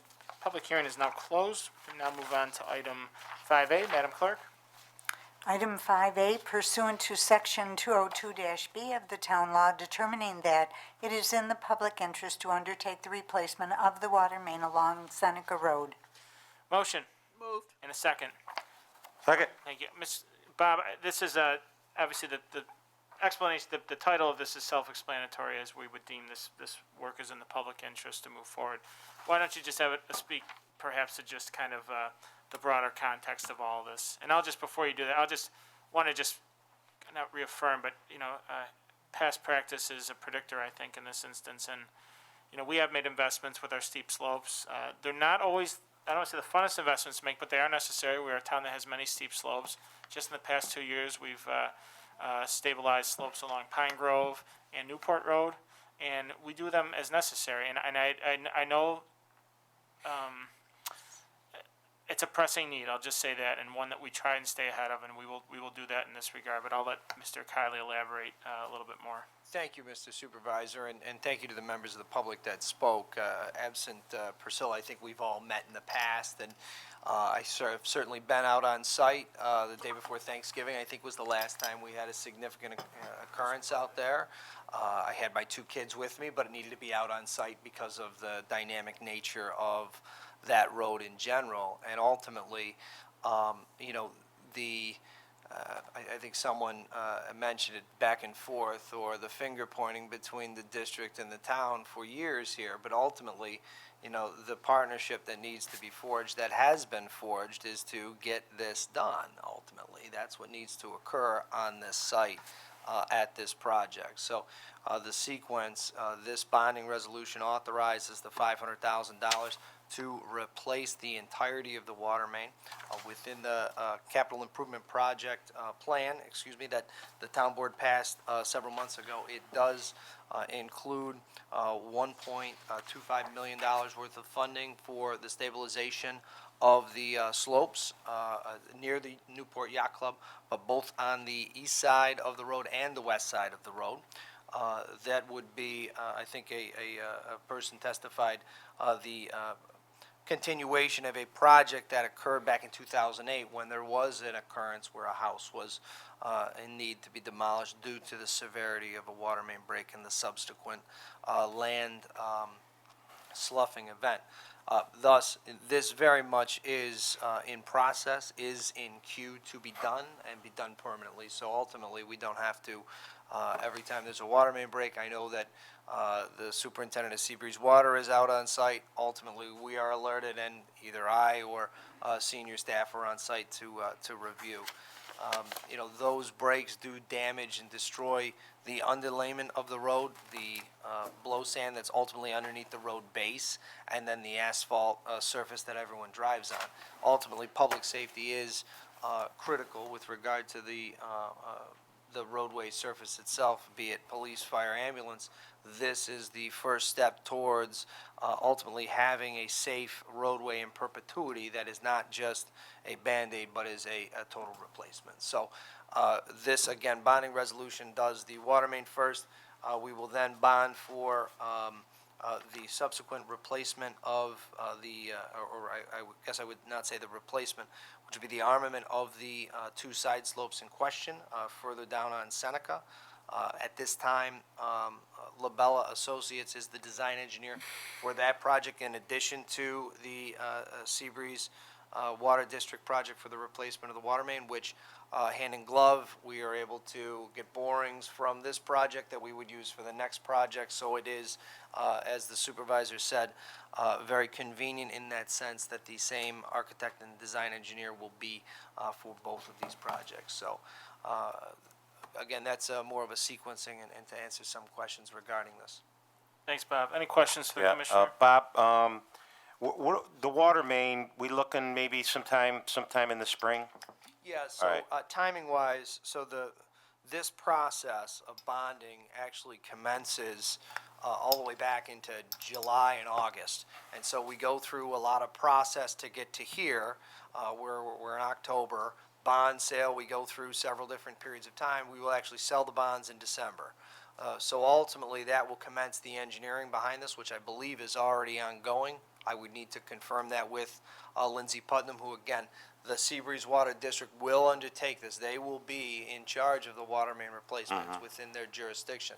Ultimately, it is within the town's highway. Thus, we certainly are a person at the table, a seat at the table with regard to this project. But as they move through design, in my opinion, it would be most advantageous, fiscally speaking, to be out to bid early in the spring. That way you can garner a better wage with regard to the market and any other contractors that would be out on site. I would only assume that they would be employing the same fiscal sense that we would here in Town Hall. So ultimately, the construction project would ensue during the summer months. They would repair, and we would go through this process again for background engineering, ultimately bonding, for the replacement of those sections of steep slope that are subject to erosion during the same type of sequence next year at this time. So if we do the water main next year, you're talking probably the slope maybe the year after? That would be most advantageous within the road profile, yes. Okay. So, but in the meantime, Labella will do research on it? Yeah, we've You know what I already mean? The engaged. stabilization? We've already engaged Labella Associates, Mike Simon and Tom Sazzo. We've already met on site to discuss several of the borings that we would like to at least begin to explore at the end of this year into next year to begin our conversations with regard to the type of system being installed. It may be different than the soldier pile system that's currently installed a little bit further to the north on Seneca. But it'll be a system which, again, is not, could be a driven sheet pile is the current concept. Okay. But it's something that will last in perpetuity as opposed to the earthen slope that's out there currently. So that'll be good, so everybody can keep in touch, you know what I mean, and make sure that it's moving forward. So, yeah, thanks for that, Bob, because I think the stabilization is just as important as a new water main down there as well, too, so that'll be good. Absolutely. Okay, very good, thank you. Any further questions on this? Hearing none, all those in favor say aye. Aye. Opposed? Resolution is adopted. Madam Clerk? Item 5B, authorizing the issuance of up to $500,000 in serial bonds of the town to undertake the replacement of the water main along Seneca Road. Motion. Moved. And a second. Second. Thank you. In a previous resolution, the town board determined it's in the public interest to undertake the project, the replacement of the water main along Seneca Road at an estimated maximum cost of $500,000. This resolution would authorize the sale of issuance of $500,000 in serial bonds of the town to undertake that project. Questions or comments? All those in favor say aye. Aye. Opposed? Resolution is adopted. Public hearing number 6, on the matter of authorizing improvements to the town of Arundecoit Drainage District. Motion to open public hearing? Moved. And a second? Second. All those in favor say aye. Aye. Opposed? The hearing is now open. Commissioner Kylie, brief explanation of the intent of the public hearing. We do not have any members of the public here to speak to it, but we will welcome testimony if people wish to do so. But an explanation, sir? Thank you Supervisor Seeley. This resolution calls the public hearing, which was to occur currently for the purposes of bonding $500,000 within the drainage district. These funds would be used to replace broken or destroyed gutters on local roads, catch basins, and ultimately any storm sewer mains that are collapsed, damaged, or destroyed. The primary intent within this bond cycle would be to replace the concrete gutters aforementioned within the project description. Ultimately, the goal of those concrete gutters is to convey stormwater runoff from the road to the storm sewer system, ultimately increasing the longevity of the road network, the asphalt itself.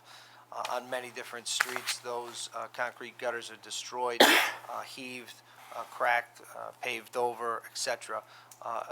These funds would be used to acquire contractors on several different local roads where we would remove the concrete gutters. We would then mill the road out, replace the concrete gutters, and fill the road back in for a smooth surface. Thank you. Before we ask any testimony, any questions to the commissioner? Hearing none, if any members of the public wish to address the board on this matter, you're welcome to come up now. Okay, I'll now take a motion to close the public hearing. Moved. And a second? Second. All those in favor say aye. Aye. Opposed? Public hearing is now closed. Madam Clerk, item 6A, please. Pursuant to Section 202-B of the town law, determining that it is in the public interest to undertake certain improvements to the town's townwide drainage district. Motion? Moved. And a second? Second. Thank you, Mr. Weiner. And Ms. Romeo, as Mr. Kiley just stated, the town wishes to undertake $500,000 worth of improvements to the town's drainage district, particularly with regards to stabilizing road gutters. I will note, we did a issuance, I think, last year, or maybe it was the year before. The primary intent of that was some actual mains, which we installed in Catalpa and Hoover. This is a little bit different. It's a more comprehensive approach that isn't confined to one road. Anything to add to that, Bob? No, that is correct. Last year's bonding sequence was for Catalpa and Hoover. This one would be for various roadways throughout town. Thank you. Any questions or comments? Hearing none, all those in favor say aye. Aye. Opposed? And the resolution is adopted. Madam Clerk. Item 6B, authorizing the issuance of up to $500,000 in serial bonds of the town to undertake certain improvements to the town's townwide drainage district. Motion. Moved. And a second? Second. Thank you. After conducting a public hearing, this town board determined that it is in the public interest of the people of Arundecoit to undertake $500,000 worth of improvements to the town's drainage district at a maximum cost of $500,000. In approving this resolution, the board would authorize the issuance of $500 in serial bonds to finance said project. Any questions or comments? All those in favor say aye. Aye. Opposed? And the resolution is adopted. Public hearing number 7, adopting a local law concerning the retention and disposition of records. Motion to open public hearing. Moved. And a second. Second. Thank you. All those in favor say aye. Aye. Opposed? The hearing is now open. Attorney Dean, an explanation, please, and then board members can ask questions if needed. And then we don't have any members of the public signed up for this hearing, but you're welcome to do so if you still want to stay. Uh-oh, you've lost their interest. You're next. This one will not take long, and then we'll get to you. Okay, go ahead, Andrew. Mr. Supervisor, the New York Local Governments Records Law, which is Arts and Cultural Affairs Law, Section 5725, requires local governments to maintain a records management program, and it also requires them to adopt retention schedules if they wish to dispose of records after their retention period. So since 1987, State Archives has promulgated 4 different retention schedules. It is now phasing those retention schedules out and adopting a consolidated retention schedule for all units of local government. Most localities are adopting the new schedule by resolution, but Arundecoit has adopted the old schedule via local law since 1987. So this public hearing and the associated resolution would just amend the local law to adopt Schedule LGS 1 instead of the old retention schedule. We love writing it into scripture, don't we? Codifying into law. That's the town's legacy. So we have to go through a little extra of a process. Thank you, Andrew. Does anyone have any questions for the town attorney on this? No. And any members of the public who are still here wish to address the board? Hearing none, I'll take a motion to close public hearing. Moved. And a second? Second. All those in favor say aye. Aye. Opposed? The hearing is now closed. Madam Clerk, item 7A, please. Adopting a local law to amend Chapter 175, Article 2 of the Town of Arundecoit Town Code concerning retention and disposition of records. Motion. Moved. And a second. Second. Thank you. This would adopt a proposed local law amending Chapter 175, Article 2 of the Code of the Town of Arundecoit pertaining to the retention and disposition of records. It is getting us up to the times. I was 6 years old and very supportive of the previous law, but as such, 33 years later, the time is to update the damn retention schedule. So we're taking a stand tonight, guys. All those in favor say aye. Aye. Opposed? The resolution is adopted. Madam Clerk. Public hearing number 8 on the matter of granting a special use permit for 889 East Ridge Road in a C Business District. Motion to open. Move. In a second. Second. All those in favor say aye. Aye. Opposed? Hearing is now open. Carrie, can you provide an explanation? Then we'll let the applicant who've been waiting so patiently to come and describe and provide some detail. But go ahead, Carrie. Happy to. The property in question's been purchased by the owner of Santa Motors, which is located next door. The applicant would like to expand the ability to park those said used cars at this location. No changes to the building except for modification to signage has been discussed. The special use permit is required under code for used car sales, and so this lot was not contemplated as part of the previous special use permit granted at their current location, which is why they're before the board. In their application, they've specified 51 parking spaces on site, 15 of which would be in front of the building, fronting on Ridge Road. The remainder, 36, would be in the rear. The planning board did review the referral and provided a positive referral, but requested that the applicant be conditioned on the applicant coming to the planning board for review of site plan to discuss lighting, building signage, and any other improvements that are anticipated as part of the change in use. Thank you, Carrie. Just, will we have to condition that in the special use permit? It's actually, it's provided as an additional now therefore. Thank you. I appreciate that. Okay, any questions from Ms. Ivers? With that, I'll now invite the applicants to come up if you want. Very well said, Terry. Just identify your name and address for the record, sir, and affiliation with the My project. name is Joseph Santacroce, and I'm at 915 East Ridge Road. Thank you. First of all, thanks for waiting. We have to start public hearings at 7:35, and then they have to go in the succession that we scheduled them, so Carrie's was up later in the previous month's meeting, so here you are at 8:40 at night. But why don't you just, she described it, but any additional Well, basically, she did a very good job of explaining it. Basically, I just want to utilize for car display. I want to utilize the front for 15 cars and the back for 36, total of 51 spots. I'm not making any changes to the building. Building's being used as storage. Basically, everything is staying the same. And you're currently at 9:15, correct? I'm sorry, you're currently at 889, is it? I'm currently at 9:15. 9:15. What's in between? There's another parcel. That's 903. Is that you as well? Yes. Okay, so you're looking to consolidate the block here, as they say. Would your total amount of vehicles on display between all the properties increase? You're just looking to kind of spread out? I'm just looking to increase. You're looking to increase, okay. Did you say, okay, so it's good, growing the business. You know, that building, you're gonna use it as storage, will you make any modifications to it, or will it? No. I assume at least you'll take the Oh, the sign off. yes.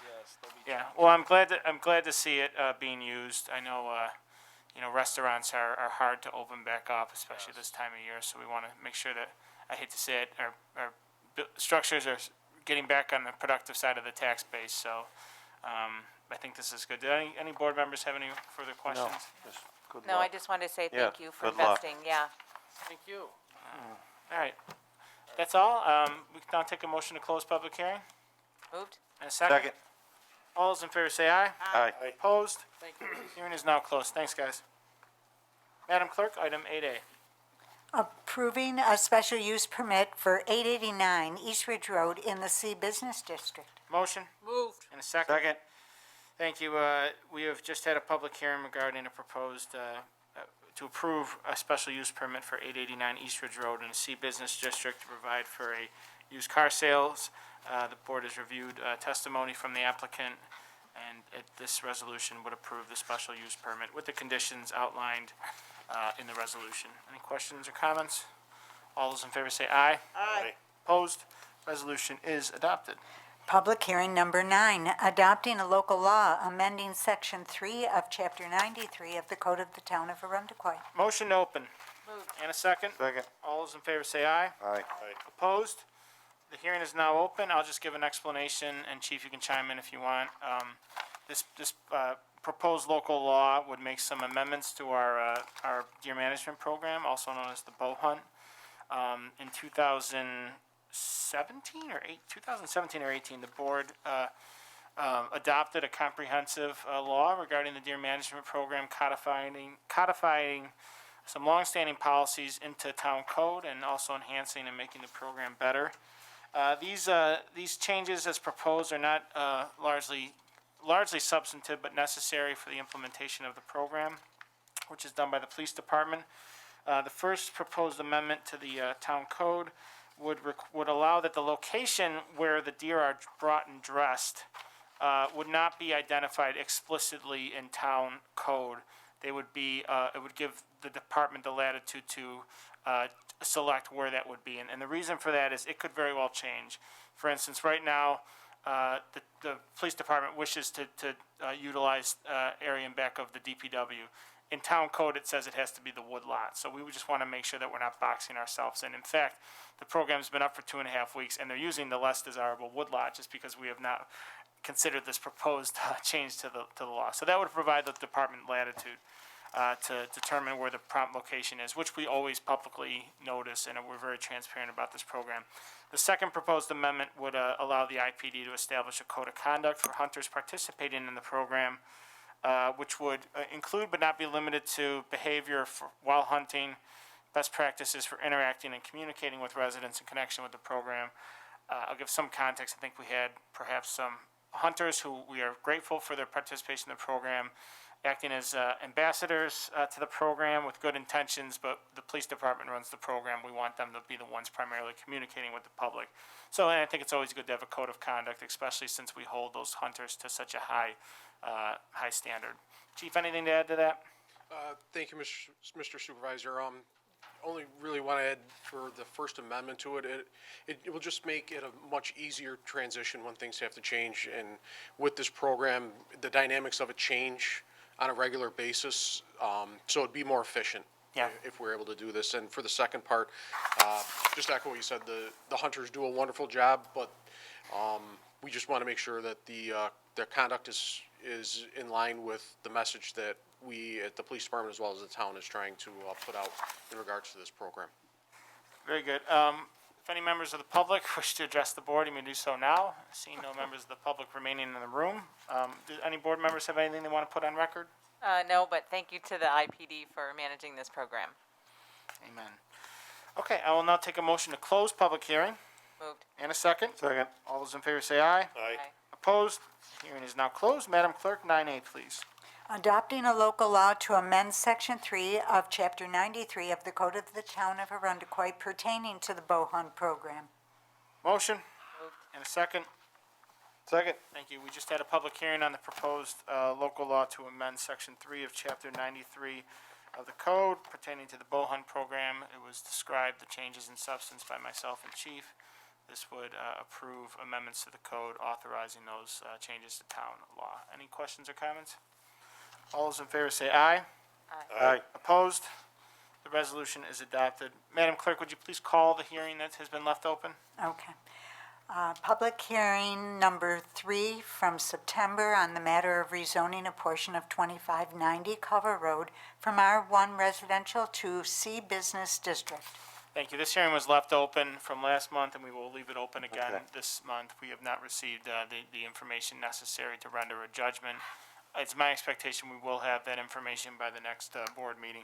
We will notify the public, as we generally do, if there are substantive changes to the proposal or if we are inclined to make an action.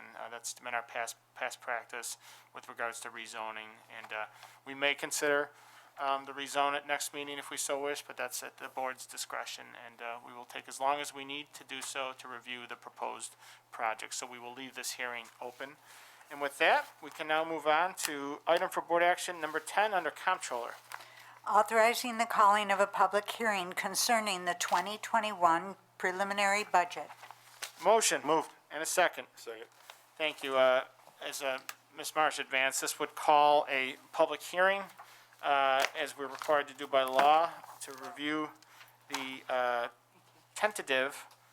the preliminary town budget. The hearing will take place November 12th, 2020 at 7:35 p.m. Residents may visit Arundecoy.org to review the now tentative town budget, and it is also available here at Town Hall. Any questions or comments? All those in favor say aye. Aye. Aye. Opposed? And the resolution is adopted. Item number 11, approving the purchase of one 2021 Dodge Charger all-wheel vehicle, police vehicle. All-wheel Motion. drive, I'm sorry. Oh, excuse me, Madam Clerk. Motion? Moved. And a second? Second. Thank you. Chief, explanation, please? Thank you, Mr. Supervisor. This resolution is to provide for the purchase of a 2021 Dodge Charger police vehicle. This will be replacing a vehicle that was lost to the engine failure and being under grant. It is a budget item, and it costs over $30,000 to the police department.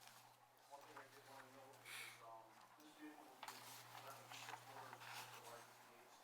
So we will have better gas efficiency, about 3 to 5 miles per gallon, better than the current model. Thank you, Chief. Any questions or comments? Hearing none, all those in favor say aye. Aye. Aye. Opposed? The resolution is adopted. Sustain.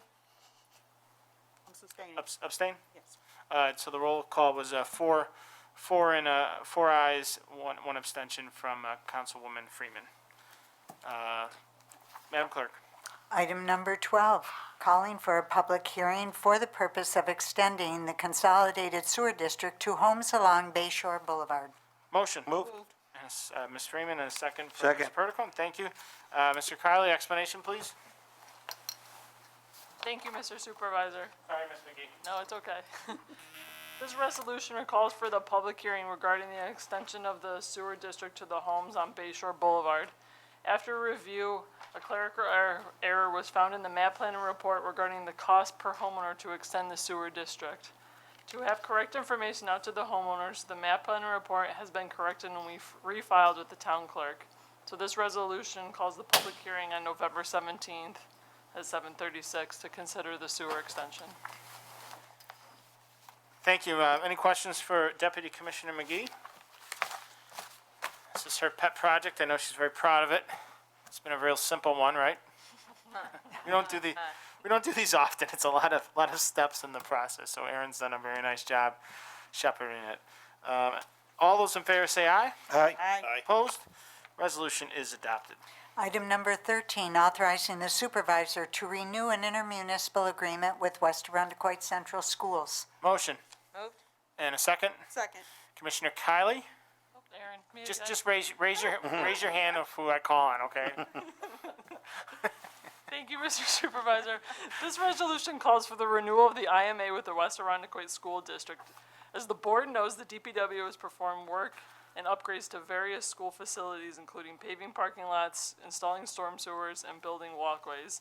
Performing this work is advantageous to both the town and the school district. This time as equipment is booked as revenue to the town, but comes at a competitive rate to the school district. This agreement would be for a 3-year term for the repair and maintenance of district equipment and infrastructure. Thanks, Deputy Commissioner. I just want to point out two things. A, Commissioner Kylie gestured like this, so I thought he was supposed to call on him, so that's his fault. But more importantly, B, these intermunicipal agreements are a good thing. They're good for the school district in that they're able to undertake the work at a lower cost because the town is doing it for them. And it's good for the town because it's revenue for the town that helps us make other expenditures that aren't offset the tax levy. So it really is a win-win situation. It's a double win-win for the residents of West Arundecoit, but it's also a win for the residents of the whole town as well. So it's good to codify this, I think, into policy, and we'll continue to look for opportunities like this. Supervisor Sealy, I will add one thing. This work conducted for the West Arundecoit Central School District, while it does occur by our crews, this will be the 3rd year in a row that we would have the record amount of asphalt laid down on local roadways in Monroe County. So this is the 3rd year in a row that we will have the most asphalt put down on local roads throughout our great town. I'll just point out that wasn't necessarily germane to the resolution, but Commissioner Kylie just wanted to be able to say that at some point in the meeting, so well placed, Bob. Yes, and I know you mentioned that last night might be a possibility, so that's good news, and I'm glad it's something you should be proud of as well as the board for having the forward vision to undertake such work. So let's get back to this resolution. Any questions or comments?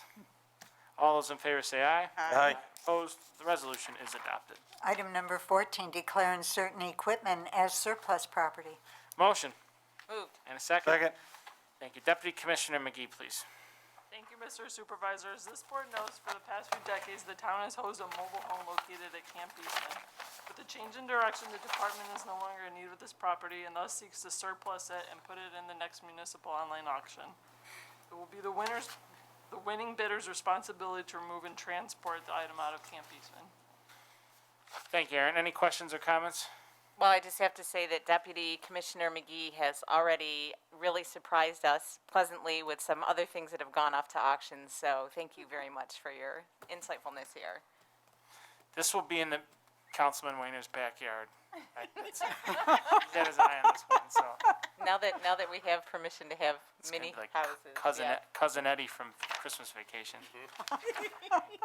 All those in favor say aye. Aye. Aye. Opposed? The resolution is adopted. Item number 15, accepting gifts of antique farrier equipment. Motion Moved. and a second. Second. Thank you. Resident Farrier Expert McGee, explanation, please.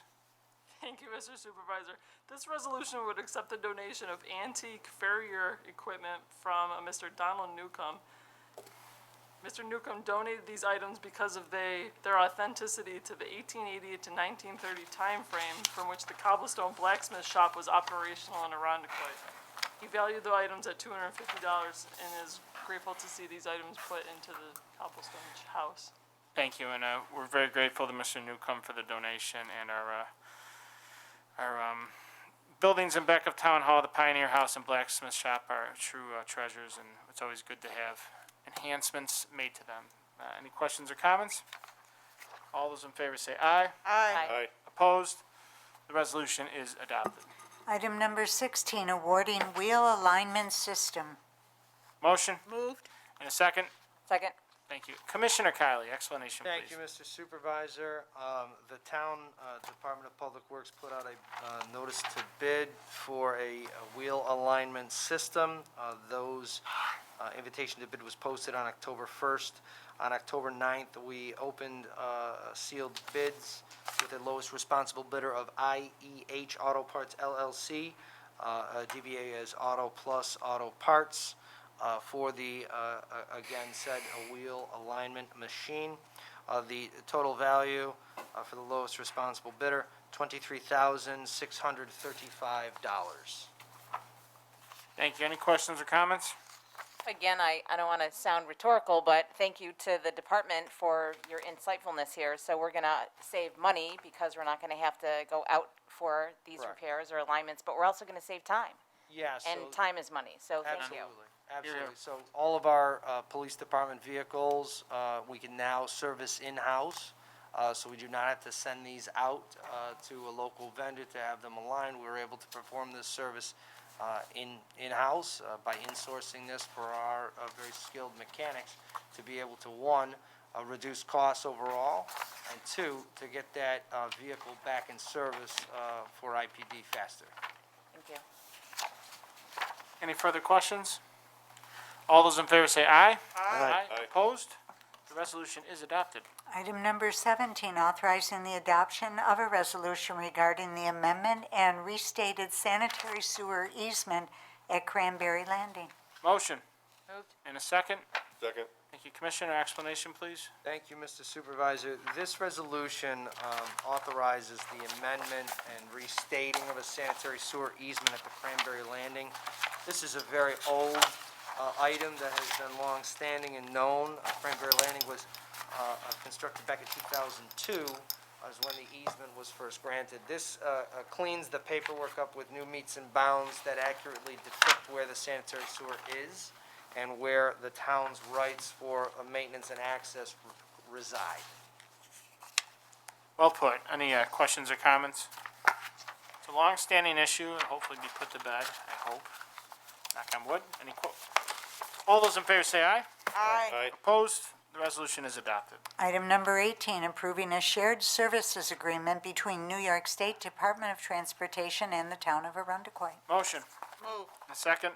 Second. Mr. Kylie, explanation, please. Thank you, Mr. Supervisor. As discussed at the workshop, this resolution would authorize the town, the supervisor, to enter into a shared services agreement with the State Department of Transportation. Since this overall, the essence here is to allow the state to come to the town's aid in case of a natural disaster or emergency, where state resources, specifically at DOT, would need to be deployed to assist the town with any disaster response. In light of the current COVID crisis, I have been in touch with many of my colleagues in other towns discussing snow and ice plans and any type of emergency response, collective or independent, throughout the town with regard to plowing operations. This intermunicipal agreement, shared services agreement, does still have some language, verbiage within it, which would potentially have liability to the town with regard to indemnifications. So as such, I'm recommending that the board authorize the supervisor to be allowed to execute this in case of a situation which would occur where other municipalities, be it Brighton, Greece, Penfield, Webster, Barrington, etc., are unable to come to the town's aid in case of a COVID outbreak which incapacitated the entire department and all other highway departments, to where the state and DOT would have to come in for assistance. But beyond that, I think that some of the indemnification language is still rather rigid and places undue burden on the town. So this would authorize the supervisor to execute in case of an emergency. Thanks for the explanation, Bob. Any questions from the board? It's a great safety net. Will we continue the conversations to see if the language can get updated? Yeah, we certainly will. You know, I just don't, the language is very one-sided here. We do have indemnification pursuant to highway law, which will allow the town, in case DOT becomes incapacitated, to plow 104 or 590, and we would be indemnified for doing so. However, you know, that is the only circumstance by which we would be indemnified, as opposed to a state DOT requesting to be indemnified holistically. So again, we do have the opportunity or the right, you know, having the indemnification to plow state roads. We do this on Empire Boulevard already. Thus, you know, we can perform those in the future if necessary. But we'll continue the conversation and hope to get this, either the indemnification completely removed or a mutual indemnification, which would be most preferred. Thank you. Any further questions? All those in favor say aye. Aye. Opposed? And the resolution is adopted. Item number 19, authorizing the supervisor to approve additional services for the permanent public works facility. Motion? Move. And Ms. Freeman, and a second, Ms. Romeo. Thank you. Mr. Kylie, explanation, please? Thank you, Mr. Supervisor. This resolution authorizes the change orders to Bergman Associates. Bergman Associates, the architect and engineer of record for the Department of Public Works. There were additional services rendered for the department through the closeout of the project. And as their primary point of contact, Mr. Kushner, articulated in the several-page memo, these ranged from assistance with the fuel island and getting CAD plans for the underground, to additional work associated with the subsoil materials on the access road, to stormwater inspections that occurred throughout until that was closed with state DEC. Bergman has been a very good partner throughout this project. These are certainly issues that occur, these additional services occur, and I'd recommend to the board that we accept these on behalf of the town. Thank you. Any questions or comments? And I do thank Bob for insisting that Bergman have a very descriptive memo, and I did confirm that drafting of the memo was not a billable expense in the memo, so that's good. Only Pete Wayner is shifty like that, right? No comment. All those in favor say aye. Aye. Aye. Opposed? Abstain. Abstain. Mr. Wayner abstains. Resolution is adopted. You have 4 resolutions to get back at me, so think of one, all right? Item number 20, authorizing an interfund loan and authorizing the application for an acceptance of $3.17 million worth of grant funding from the Dormitory Authority of the State of New York. Motion? Moved.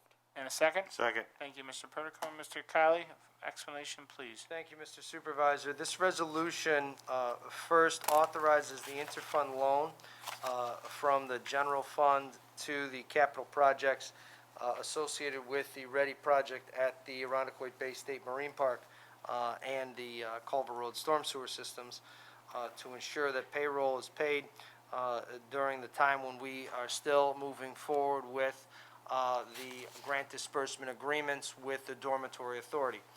As this board, and I think the general public is aware, 95% of the funding for the Arundecoit Bay State Marine Park and Culver Road storm sewer project comes from the state of New York. So for 5 cents on the dollar, we are installing the nearly 10,000 square foot playground, rehabbing and making more resilient the entire parking lot, adding, almost doubling the amount of passenger vehicle parking at that location, and installing different amenities such as a canoe kayak launch and an ADA accessible fishing ramp. So first, this allows us to continue to move forward with our contractors and establish payroll through November while we seek to get the grant disbursement agreement executed and remit for funds already paid out by the town for this project. The second part of this resolution authorizes the supervisor to execute that grant disbursement agreement for both of these projects. The aforementioned $500,000 for the storm sewer system on Culver Road and the $2.67 million project for the boat launch itself, which, again, just ensuring that we are taking every necessary step to, with great haste, execute these GDAs and remit for reimbursement through DASNY. So that is the essence of this resolution. Thank you, Bob. And I'll just say for the record that we are in constant communication with DASNY to get that GDA. They're aware of the sense of urgency, and as far as relative pace of DASNY moving, they have committed to move pretty quickly on this, and so we're not we're comfortable advancing this money. If we weren't, Comptroller Marsh would have set this resolution on fire. She did not, so I'm recommending its approval. And I guess one more thing for the record, Supervisor Sealy. At this point, where we are close to a grant disbursement agreement with DASNY, in the past, for, let's say, the Department of Public Works and the $1 million we received, or $1.25 million collectively, that we received for that project, it took years to get to the grant disbursement agreement phase. We have taken and gotten this very close to that phase in a matter of months. So DASNY is very much motivated to get these in place as soon as possible. Okay. Thanks, Bob. Keep at it. All those in favor say aye. Aye. Opposed? The resolution is adopted. Madam Item Clerk. number 21, authorizing the 2021 special events calendar. Motion. Motion? Moved. In a second? Second. Thanks. Ms. Hall, you've been waiting patiently. I will note you were first last night, so this is the other end of the spectrum. But explanation, please. Sure, thank you, Mr. Supervisor. So in the event we're able to host our 2021 special events, we wanted to be prepared with dates. So this resolution brings forward the dates that we are proposing for our special events. It doesn't hold the town board to running these events. It just gives us the ability for the supervisor to enter into agreements in the event we are able to run such events. Thanks, Ms. Hall. And obviously, we discussed this in workshop, and I think last night in our budget workshop as well. But obviously, we'll be making some phased decisions, particularly the one that's first is Winterfest in January, and I'm skeptical about it. So I would imagine in the next month we'll have a decision on that, and then, reserve the right to hold out hope, but it's probably, optimism, false optimism, I hate to say it. So we're hopeful. Let's get these here. It's easier to remove versus add, so I thank your consideration. All those in favor say aye. Aye. Add a quick I'm sorry, comment. call the roll. I just wanted to add a quick comment, before the night got away from us, since we're talking about special events, I wanted to reach out and say happy birthday. It's your birthday? Yeah. What? And we're not gonna sing, but No. Maybe later he'll sing. Dave has a cake in his car for you. we have leftover cookies from last night, and we have a smorgasbord down in the basement. Okay. All right, well, happy birthday, Katrina.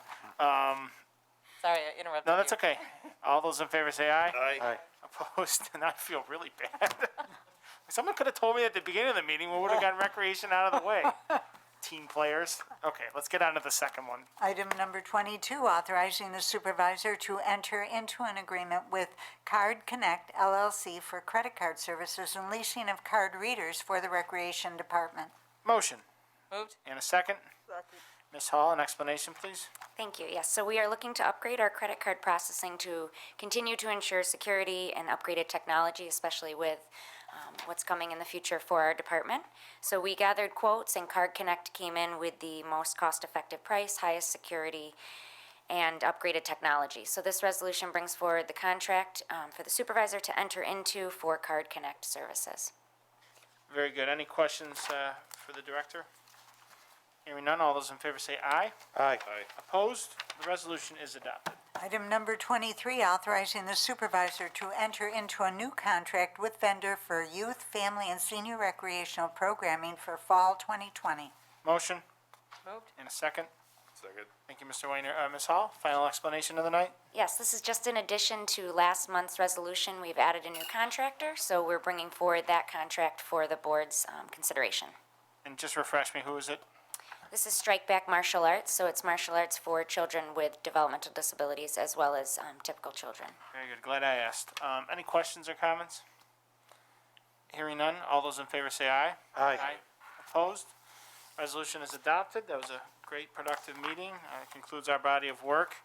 We have a litany of upcoming meetings to announce, so I'm going to go through the battery here. We have a budget workshop to take place Tuesday, October 27th at 5:30 here in the Broderick Meeting Room. We have a special town board meeting to adopt the preliminary 2021 budget Wednesday, November 4th, 2020 in the Broderick Meeting Room at 4 p.m. Our next regularly scheduled town workshop, Tuesday, November 10th, 2020 at 4 p.m. here in the Broderick Meeting Room. The public hearing on the 2021 budget will take place Thursday, November 12th, 7:35 here in the Broderick Meeting Room. Our next town board meeting, Tuesday, November 17th, 2020 at 7 p.m. at the Broderick Meeting Room. And then our special town board meeting to adopt the 2021 budget will take place November 19th, 2020, 4 p.m. here in the Broderick Meeting Room. And I think in there as well, but not referenced, on October 27th, we will have a special town, I don't know if it's a special town board meeting at 7:35 for the purposes of conducting a public hearing that was scheduled tonight as it relates to a pump station. It was not scheduled tonight, it was scheduled at workshop, I believe, but regarding a pump station and nailing the nail in the coffin for our current town newspaper, but to be continued. I will now entertain a motion to adjourn. Move. And a second. Second. All those in favor say aye. Aye. Opposed? The meeting is adjourned. Have a pleasant evening, everyone. Be safe.